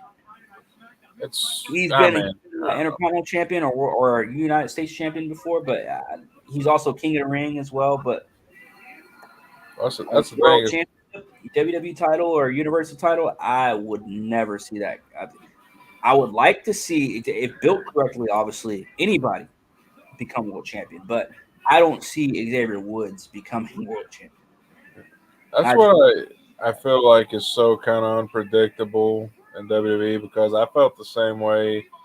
Well, that's the reason why they became a faction in the first place, because Kofi, Big E, and Xavier were rotting away on the mid cards, and so they became a faction. And then at first it started off as like this positivity, like like it Oh was, yeah, dude. It was hard for them to come off the ground with New Day. and then I remember those days. they just stopped giving a fuck and just started getting just their humor crazy weird, coming out dressed as Dragon Ball Z, you know, And that's when throwing it started. pancakes in the Look, man, crowd. once I never questioned their wrestling. It was always their characters that they would do. And like, if I had a YouTube back when New Day first came out, oh, dude, I would have ripped them apart. Mm, I would I was harsh I would too. rip that gimmick apart, bro. But because I was so pissed when they first came out with New Day, dude. I was mad. Like, dude, when I tell you I was like pissed. Yeah. If I had a YouTube back when New Day first came out, I probably would have made at least like 3 videos. New Yeah. Day. I dogged them too. Like me and my cousin, we immediately like, oh god, this is gonna be bad. Oh shit, I think he lost connection again. Okay, you're back. Yeah, I agree though. Like Okay.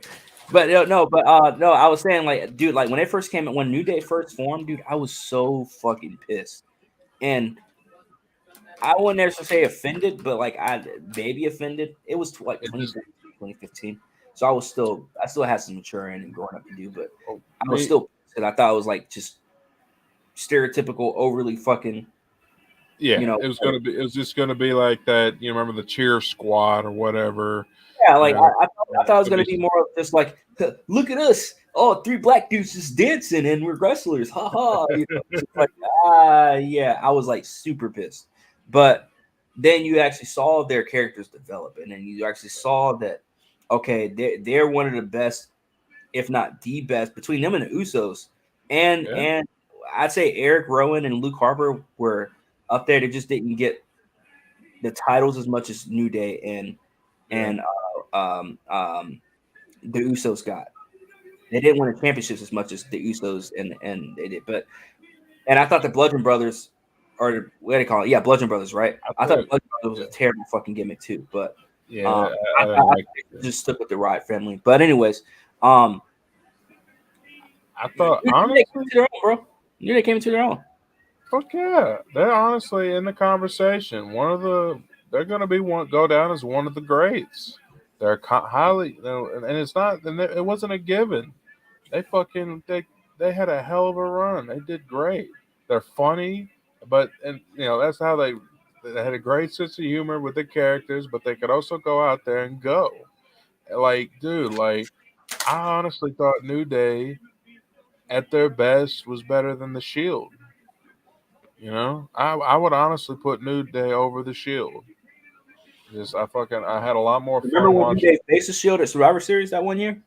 Yep, That's that one of was the best tag team matches I've ever seen in my life. hell yeah. Like I love we don't, and that's the thing that they could do, like 3-on-3 tag matches. I never saw it done better. You know what I mean? Fuck yeah.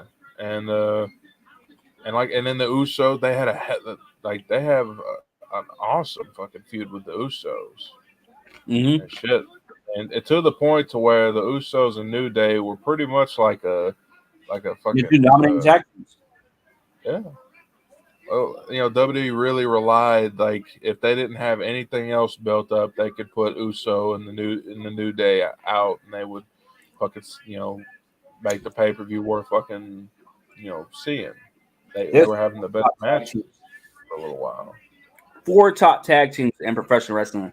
And by the way, guys, I want to let you guys know they're still doing the entrances for Bloodline and Drew McIntyre and RK Bro. That's why we're not talking about the match yet. Like they're literally still doing the long ass entrances for this shit.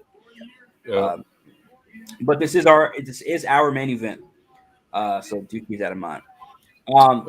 But to caveat what you were saying though, shit, what were you saying again? What were you talking? I was just talking up. I was talking up New Day, Oh yeah, and yeah. I There's just thought 4 great tag teams in professional wrestling. My mm, top 4: Usos, New Day, and then you go to AEW. You have the Revival, which I what are they called again now? I forget what they're called now. uh, I forget. FTR. That's right. FTR. FTR and the Bucks. Yeah, I guess honorable mention. I guess the number 5 would be Penta and Phoenix, the Lucha Bros. I miss NXT's tag team division when that was really strong. Oh, yes. Fuck yeah, man. Yes. And the Revival was fucking Alpha, American Alpha, Chad and Gable. AOP, Authors of Pain. Fuck yeah, Authors of Pain. God, that's one of the scary, legitimately, like you two big Samoans, nothing you could do with them. Fuck yeah, one of the scariest tag. I don't know. Not in WWE. Not WWE, because WWE can't. And because who won the fucking 2016 match of the fucking year? It was the Revival versus Gargano and Ciampa. Gargano and Ciampa legitimately were a fucking amazing tag team. Yep. Amazing and their match that really is the best tag team match maybe ever. Just a traditional tag team match. And maybe the best wrestler ever. DIY versus DIY. Yeah. The Revival, Gargano and Ciampa, DIY. Oh, which one though? Because they faced twice at the takeover. They had a 2 out of 3 falls, and then they had a normal one. But I'm telling you, NXT's tag team division back in the day was fucking like NXT tag team division about 5 or 6 years ago was the best. It really was. Like I think 6 years. Yeah, it was the best. I mean, it's been like not since like the Ruthless Aggression era that I really give a shit about the tag team division, because for a little while it was just like, well, what's the point of watching the tag team matches? You're just going to put like the, John Cena, Randy Orton, against them, and then they're going to get their asses kicked, delegitimize them. It's like, and that's the one thing I always hated too is when they would put 2 singles guys together out of nowhere, and then they're all of a sudden tag champions. And that's such horse shit. And like the fact that Heath Slater and Rhino are the first ever SmackDown tag team champions. What does that say about the tag team division when SmackDown first started? That was a surprisingly funny story. I will say that it was surprisingly entertaining because I thought it was funny. That's the way I felt about it. But at the same time, the problem. It's forever in the history books. Yeah, it's your first ever SmackDown tag team champion. Now, how long are the SmackDown tag team titles going to last? Well, they've at least lasted 6 years at this point. And then Braun Strowman beats the shit out of with a little kid. Like his tag partner is a little kid. Like don't even get me started on that, man. Don't even get me. But Riddle right now is beating I wouldn't say the ever living shit out of one of the Usos.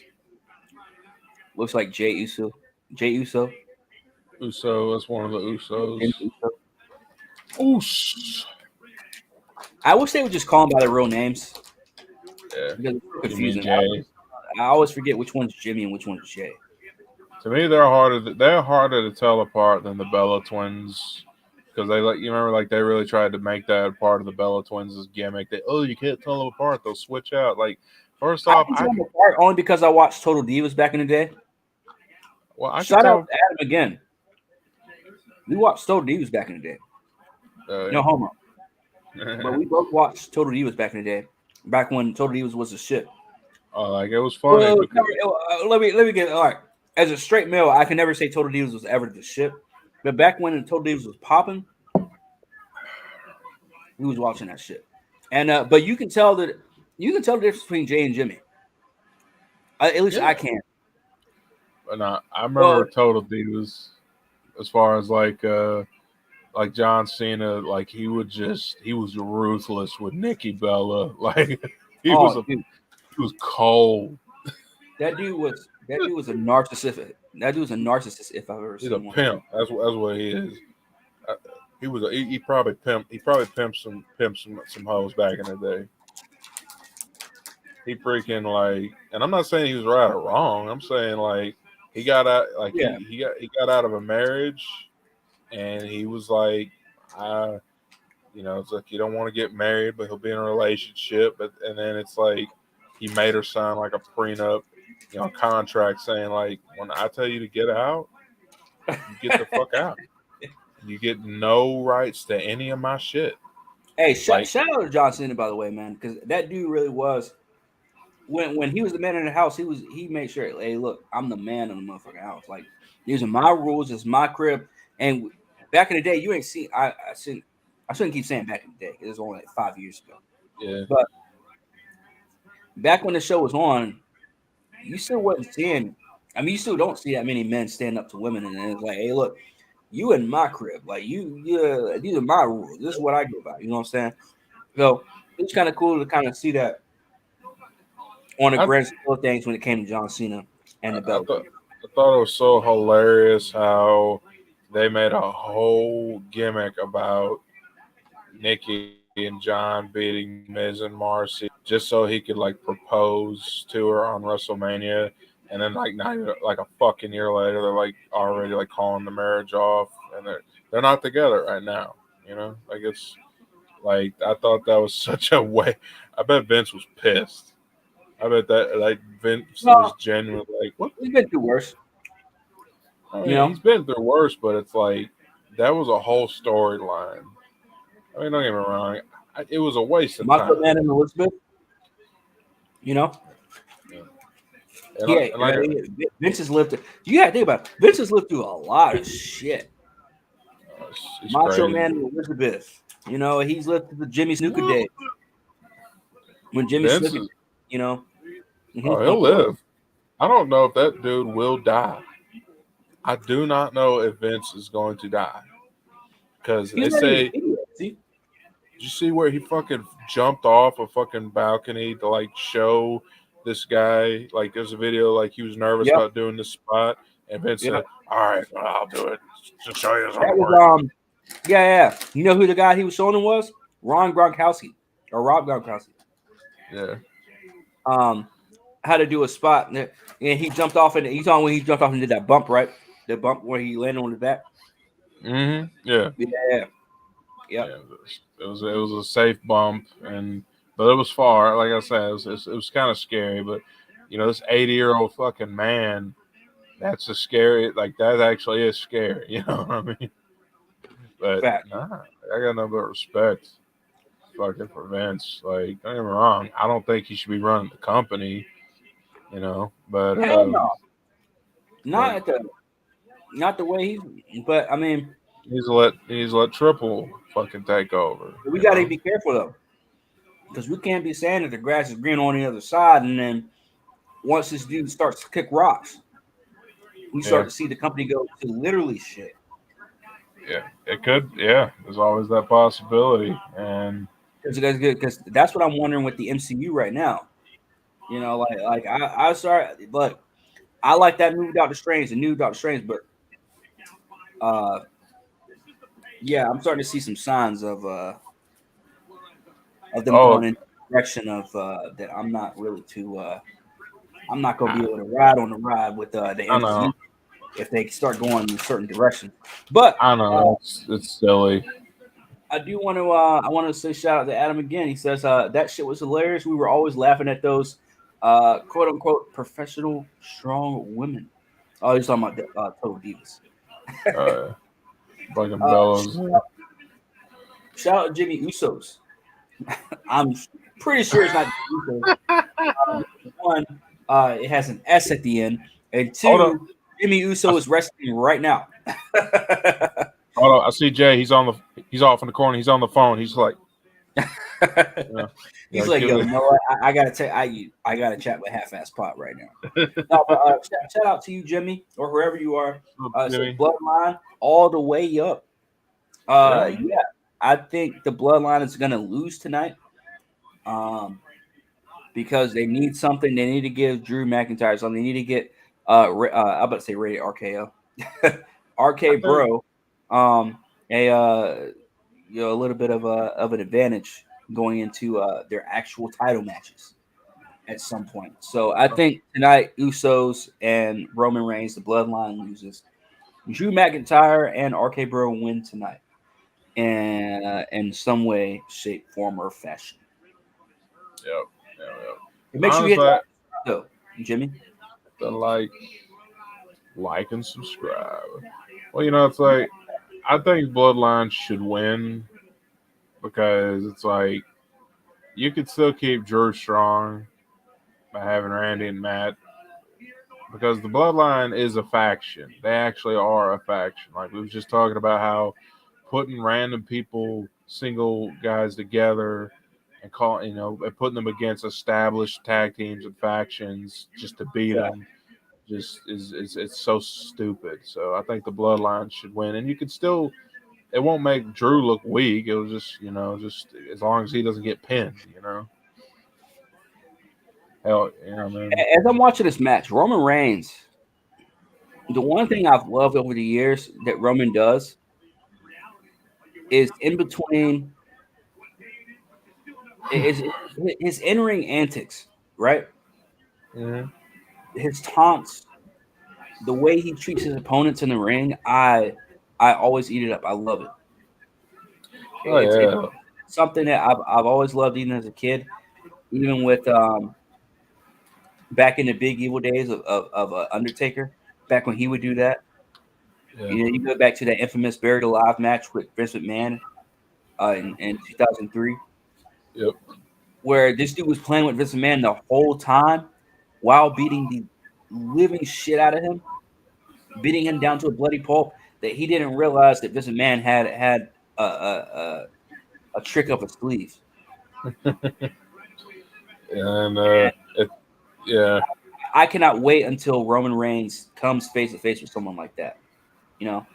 Where somebody that's going to punch him in the mouth, or somebody that's going to outsmart Roman Reigns. I'm waiting for that because what I don't want to see is The Rock come back. Yeah, fuck that. And take away the shine of somebody that actually deserves to be in the ring. And I'm not saying The Rock doesn't deserve to be, but it's just like, bro, like there's no point of having you. Exactly. There's no point. I don't want to see that. Like I see The Rock on Reigns, I want it to be a non-title match. That's all. I didn't want to see him and John Cena. Either time. Even though I love the promos, but it's like if you was gonna do one match, Rock shouldn't have won that fucking match. That was so stupid in my opinion. And then the rematch, I don't know. They're talking about it. Like I'm hearing rumors, of course, Rock could come back at Romania, and it's like face Roman and all that. Yeah, I don't want to see that. And let me also say, like Roman's career. Oh shit! Drew and Roman are getting in the ring now. That's a good standoff. Those two got good chemistry. They always did. If you told me that Drew McIntyre and Roman Reigns would main event WrestleMania for the WWE Championship, I'd be happy with that. Yeah, word. Because Drew McIntyre deserves everything that is handed to him, bro. This dude's been through so much fucking shit in the wrestling business, bro. Oh yeah, he's a fucking legit badass. Like when he beat Brock Lesnar, it was convincing. You know what I mean? When he beats anybody, when he beats like Braun Strowman, you believe this guy could fucking beat anybody. I feel bad for him though because he gained prominence in the pandemic era. He gained prominence when no one was at these shows. That says something. You know what I mean? That says something like about how fucking good he really was. Because I did pay attention to Drew during that time too. Like I hated the pandemic era, the Thunderdome era. Oh, the Thunderdome era. I wish they would have. That's the thing. We didn't know what COVID was going to do, and I really wish, a lot of the matches Drew had a fucking crowd because they would have been cool. Yeah, would have been better. But Roman and fucking Drew, I could see that. Then maybe they'll do SummerSlam. That you know what I mean? I don't know what match they're gonna have. Like, my only thing is I don't want them to wait until SummerSlam to do this match. It's the same thing. What I don't want them to wait until WrestleMania to do him and The Rock, like Roman Reigns and The Rock. I'm like, just go ahead and get it over with. Let's move on because I don't want to see The Rock take over somebody else's spot at WrestleMania. You know what I mean? they need to get good at telling stories again. That's the thing that WWE's been really lacking is the storytelling. You know what I mean? Like, how do you tell a long-term storyline in 2022? You know? They can still do it. My whole thing is they don't care. Well, yeah, that's the biggest problem. Like, They don't care about the long-term storytelling. That's why they want to do the short-term storytelling. Short-term storytelling. Make the money and then move on. Which I'm really fine with. But even the short-term storytelling that they do, or that they do have, is shit. Yeah, it's utter bullshit. It is, and it won't change until Vince either retires or dies. I don't, and truth be told, I don't really like either of those outcomes. I don't want Vince to die. I don't want him to retire, like, because I do like, and he probably, and he'll never retire. That son of a bitch he'll fucking die before he stops doing. They say he hasn't taken a fucking day off. Like, he doesn't go to see movies. He doesn't do shit else. Like, he eats, sleeps, and breathes WWE. Yeah. And he has ever since, the 80s when he took over from his dad. So, I mean, fuck. And then the one time he did, oh shit, Claymore kick from Drew McIntyre on the Roman Reigns. Saw that old shit, the hot tag. Drew McIntyre is not fucking around, bro. Fuck yeah. Now Orton wants to get in. You see Randy now? Randy got a hot tag. I just got to the tag. So did Roman tag in Jimmy? I guess he did. I don't know who the legal man is. Roman is the most smooth wrestler of all time. Like, his moves are they're calculated so well. Who Randy? Yeah, Randy. He is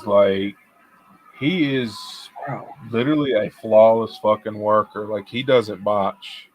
There used to be oh god. Bro, the crowd is on fire for this main event though, man. You can't deny that. The fucking hell yeah, this shit's fucking good. What the fuck? Ooh.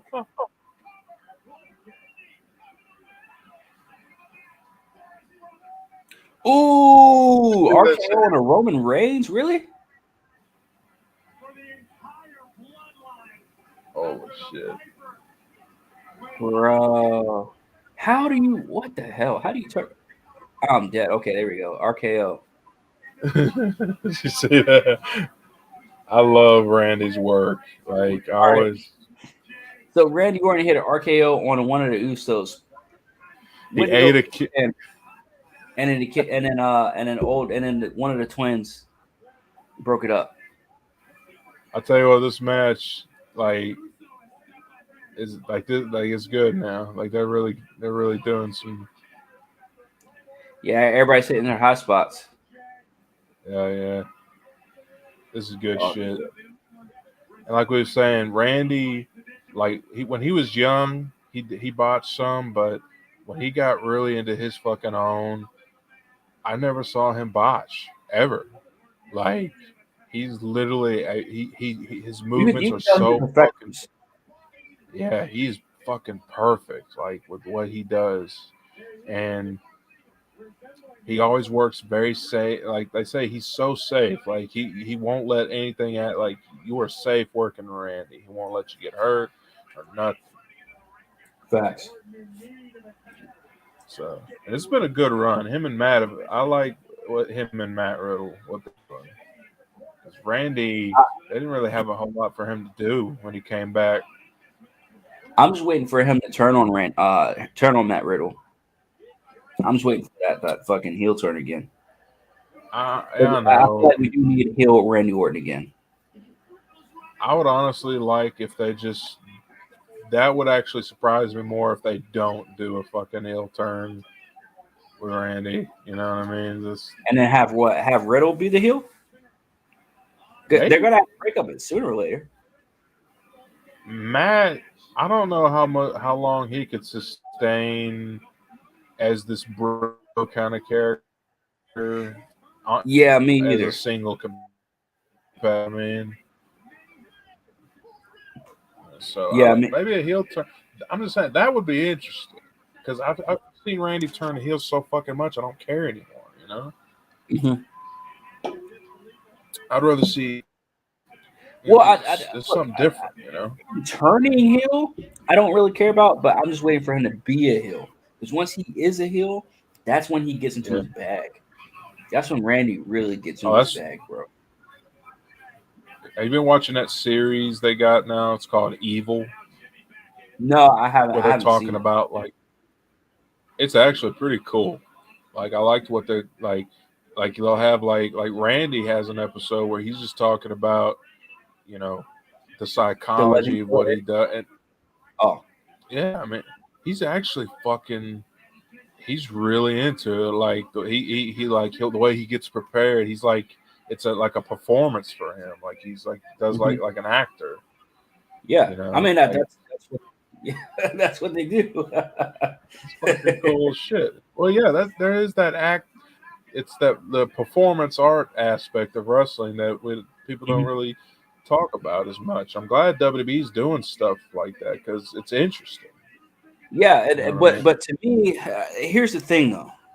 Here's the only problem because to me that's the most interesting part of professional wrestling is the performance. Yeah, it's like the acting, right? Yeah, the character performance. The problem that I have is that when they start doing this whole behind the scenes shit, and then they start exposing a lot of the business and what makes a character so special, what makes Randy Orton the legend killer back in the day. Now that's exposed. What made Roman Reigns the bad guy that he is? That's exposed. You know, now the Undertaker he's pulled back every fucking layer of his career at this point within the past 2 years. And every fucking interview or podcast he's ever done. I can agree. Like I'm not saying I can't go back and watch, you know, The Undertaker in 2004, 2005, or 1993, but it does kind of wear away a little bit of wear off a little bit of the kayfabe. Yeah. Well, I felt very much the same way for a little while, but you know, bro, I'm pushing fucking 30. I lived through Eddie Guerrero and Benoit dying a year apart from each other. I mean, like to me, it's like I don't care anymore. Just put on a good show for me, entertain me, make me forget this is fake. You know what I mean? That this is scripted. Yeah, that's when you've done something. Facts. And I find and I'm interested in learning about the business from these legends. You know what I mean? Yeah. Dark side of the ring and shit. I don't know if Riddle just hit that. Oh, okay. Oh, Roman Reigns just speared Riddle. Okay. So I was wrong. Bloodline won. And I think that was a good match. That was probably the best match of the night. Best match of the night. Whoa. I don't know. It's a tie between that and Cody and Seth. Yeah, I'm definitely picking Cody and Seth now. But they both bookended the Backlash, so I would give this match what would you give it? The main event? Like this one? I would give this match. For a 6-man tag team match, I mean, I guess I'd give it a B, like a solid B. I'll give it a B plus. I think it was a damn I because felt like they needed more of like like I mean they had with 2 false finishes, but that's it. I don't think it's perfect because it took them a minute to get some heat going, to Mhm. really get some the crowd into it. But once they I mean, did, the crowd was in for the whole thing, but the problem is once they started getting towards the end, the end was too quick. The false finishes were too quick. I agree. WWE has a problem about that. They end their matches a little quicker, like right when it's getting good. You know what I mean? But they You see still had Paul some. both titles. Yeah, I like seeing Paul with Roman. I wanted to see that years Yeah. ago, but So it's official. Bloodline beats RK Bro and Drew McIntyre by Roman Reigns hitting a spear on a Matt Riddle and pinning him. yep. Fuck yeah, that was a damn good match though. I like Randy's hell Drew fucking killed it. Like hell when Drew was on fire for a minute, and then Randy had a great hot tag, and Matt Riddle had some cool spots. Hell, everybody looked good in that match. That was a good match. And then it definitely So come. Go ahead. so now, and of course, Nolas Winslow or Wisnell uh, puts up the Bloodline signs all the way up. Hell yeah. I was wrong. Bloodline ended up winning this one. So before we get out of here, man, Yeah. Jake, I want to ask you, man, what do you grade this entire pay-per-view of WrestleMania Backlash?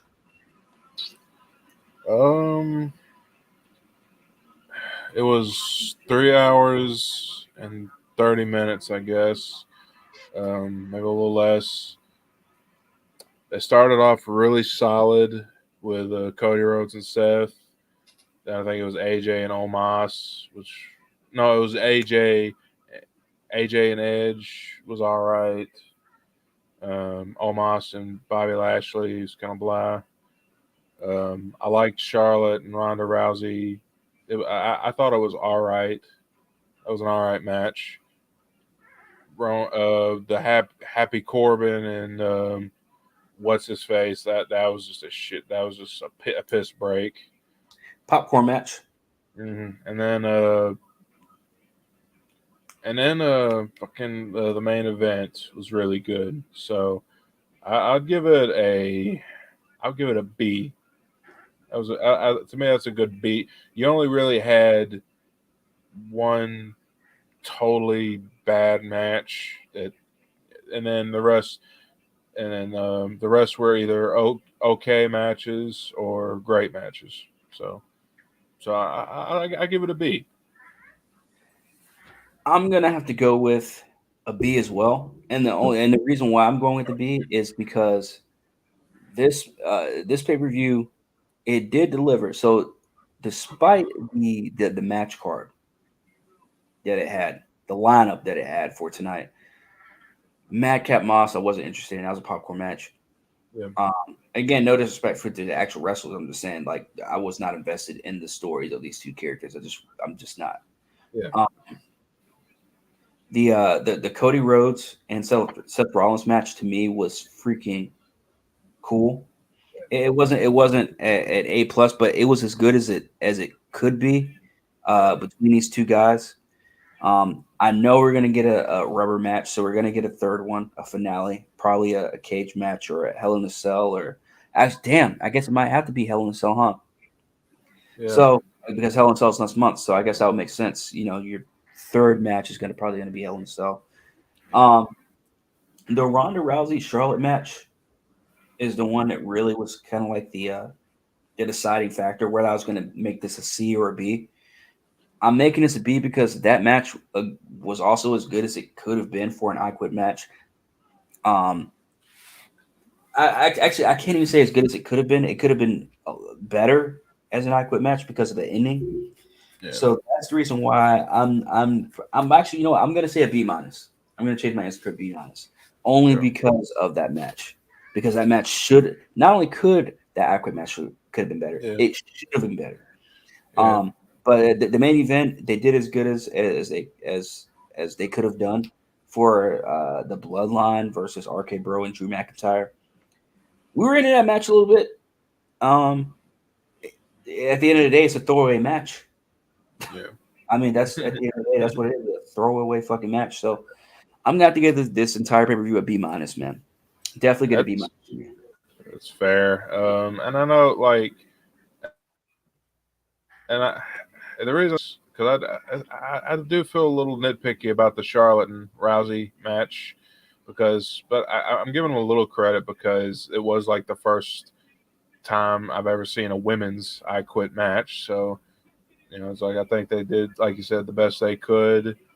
I think the whole event would have been so much better if they just omitted the Happy Corbin Moss match or replaced it with a more significant match. You know what I mean? Like a title match, like a mid card title match. The two guys that didn't have on this fucking pay per view.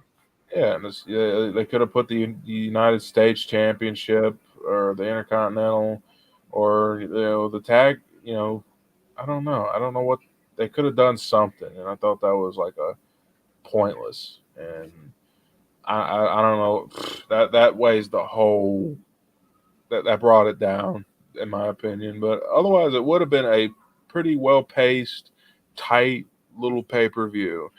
I would even go as far to say that it's a B. It's a damn solid show. Like I enjoyed it for the most part. So mega facts. Well, I do want to say, man, we lasted 3.5 hours on here. hell yeah. I got very drunk. I also had a lot of fucking fun. I would stay on here longer with you guys, obviously, and we go over, obviously have some after comment. But your boy has to get up in about 6 hours and put on dress clothes because I have to do jury duty tomorrow. So, yeah, that's gonna be fun. But anyways, thank you guys for joining us here tonight, man. Jake, where can people find you, bro? My YouTube channel, Brother Jake. I've released some new content lately, and I'm trying to really get some more released in a timely manner. My Instagram is still available. I'm also working on getting my Twitter started. I've never been on Twitter before, but after Elon Musk bought it, I thought, well, maybe it's safe now. Not yet. I'll go be a part of this shit show, Not yet. Hey, it ain't safe yet, man. But yeah, hey, make sure you guys go hit up Jake, obviously. Jake, you got any last words, man? Yeah, man. I enjoyed this. I actually am looking forward to. I don't know, like I'm glad I walk away with a more positive feeling about WWE. They made they had some problems, that are a little nitpicky, man, but I can live with it. I'm actually looking forward to seeing the next pay per view. You know what I mean? And yeah, the next one, and we should, and if you want to, we should do maybe we could do a watch along on that one too. I've been looking at the results that we've been getting, that I've been getting from the stream. Yeah, we're definitely doing another. We're definitely going to be doing. Yeah.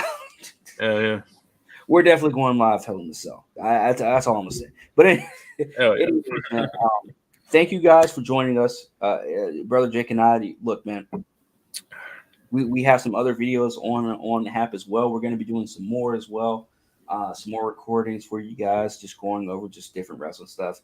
We might get back into the retro stuff as well. look, I work a lot, so that's the reason why I haven't put as much content on this channel as I've wanted to. Trust me. Yeah.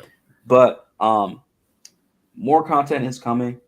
I've got some more movie stuff coming. I got some more television series to cover, and of course, wrestling. So make sure you guys, if you guys haven't done it already, hit that like and that subscribe. We do have one more comment.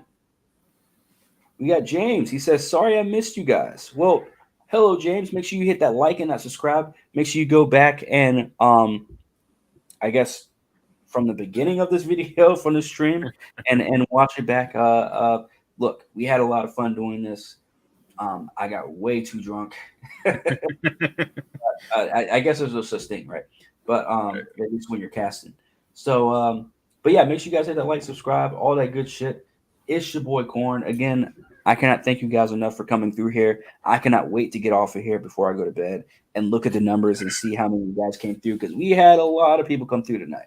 A lot of people come through tonight. So I cannot wait to get the final numbers from the stream.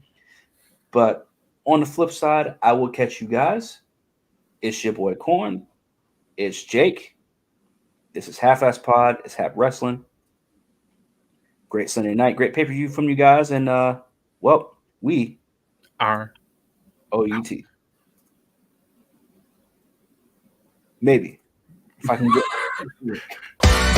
Turn it off, God.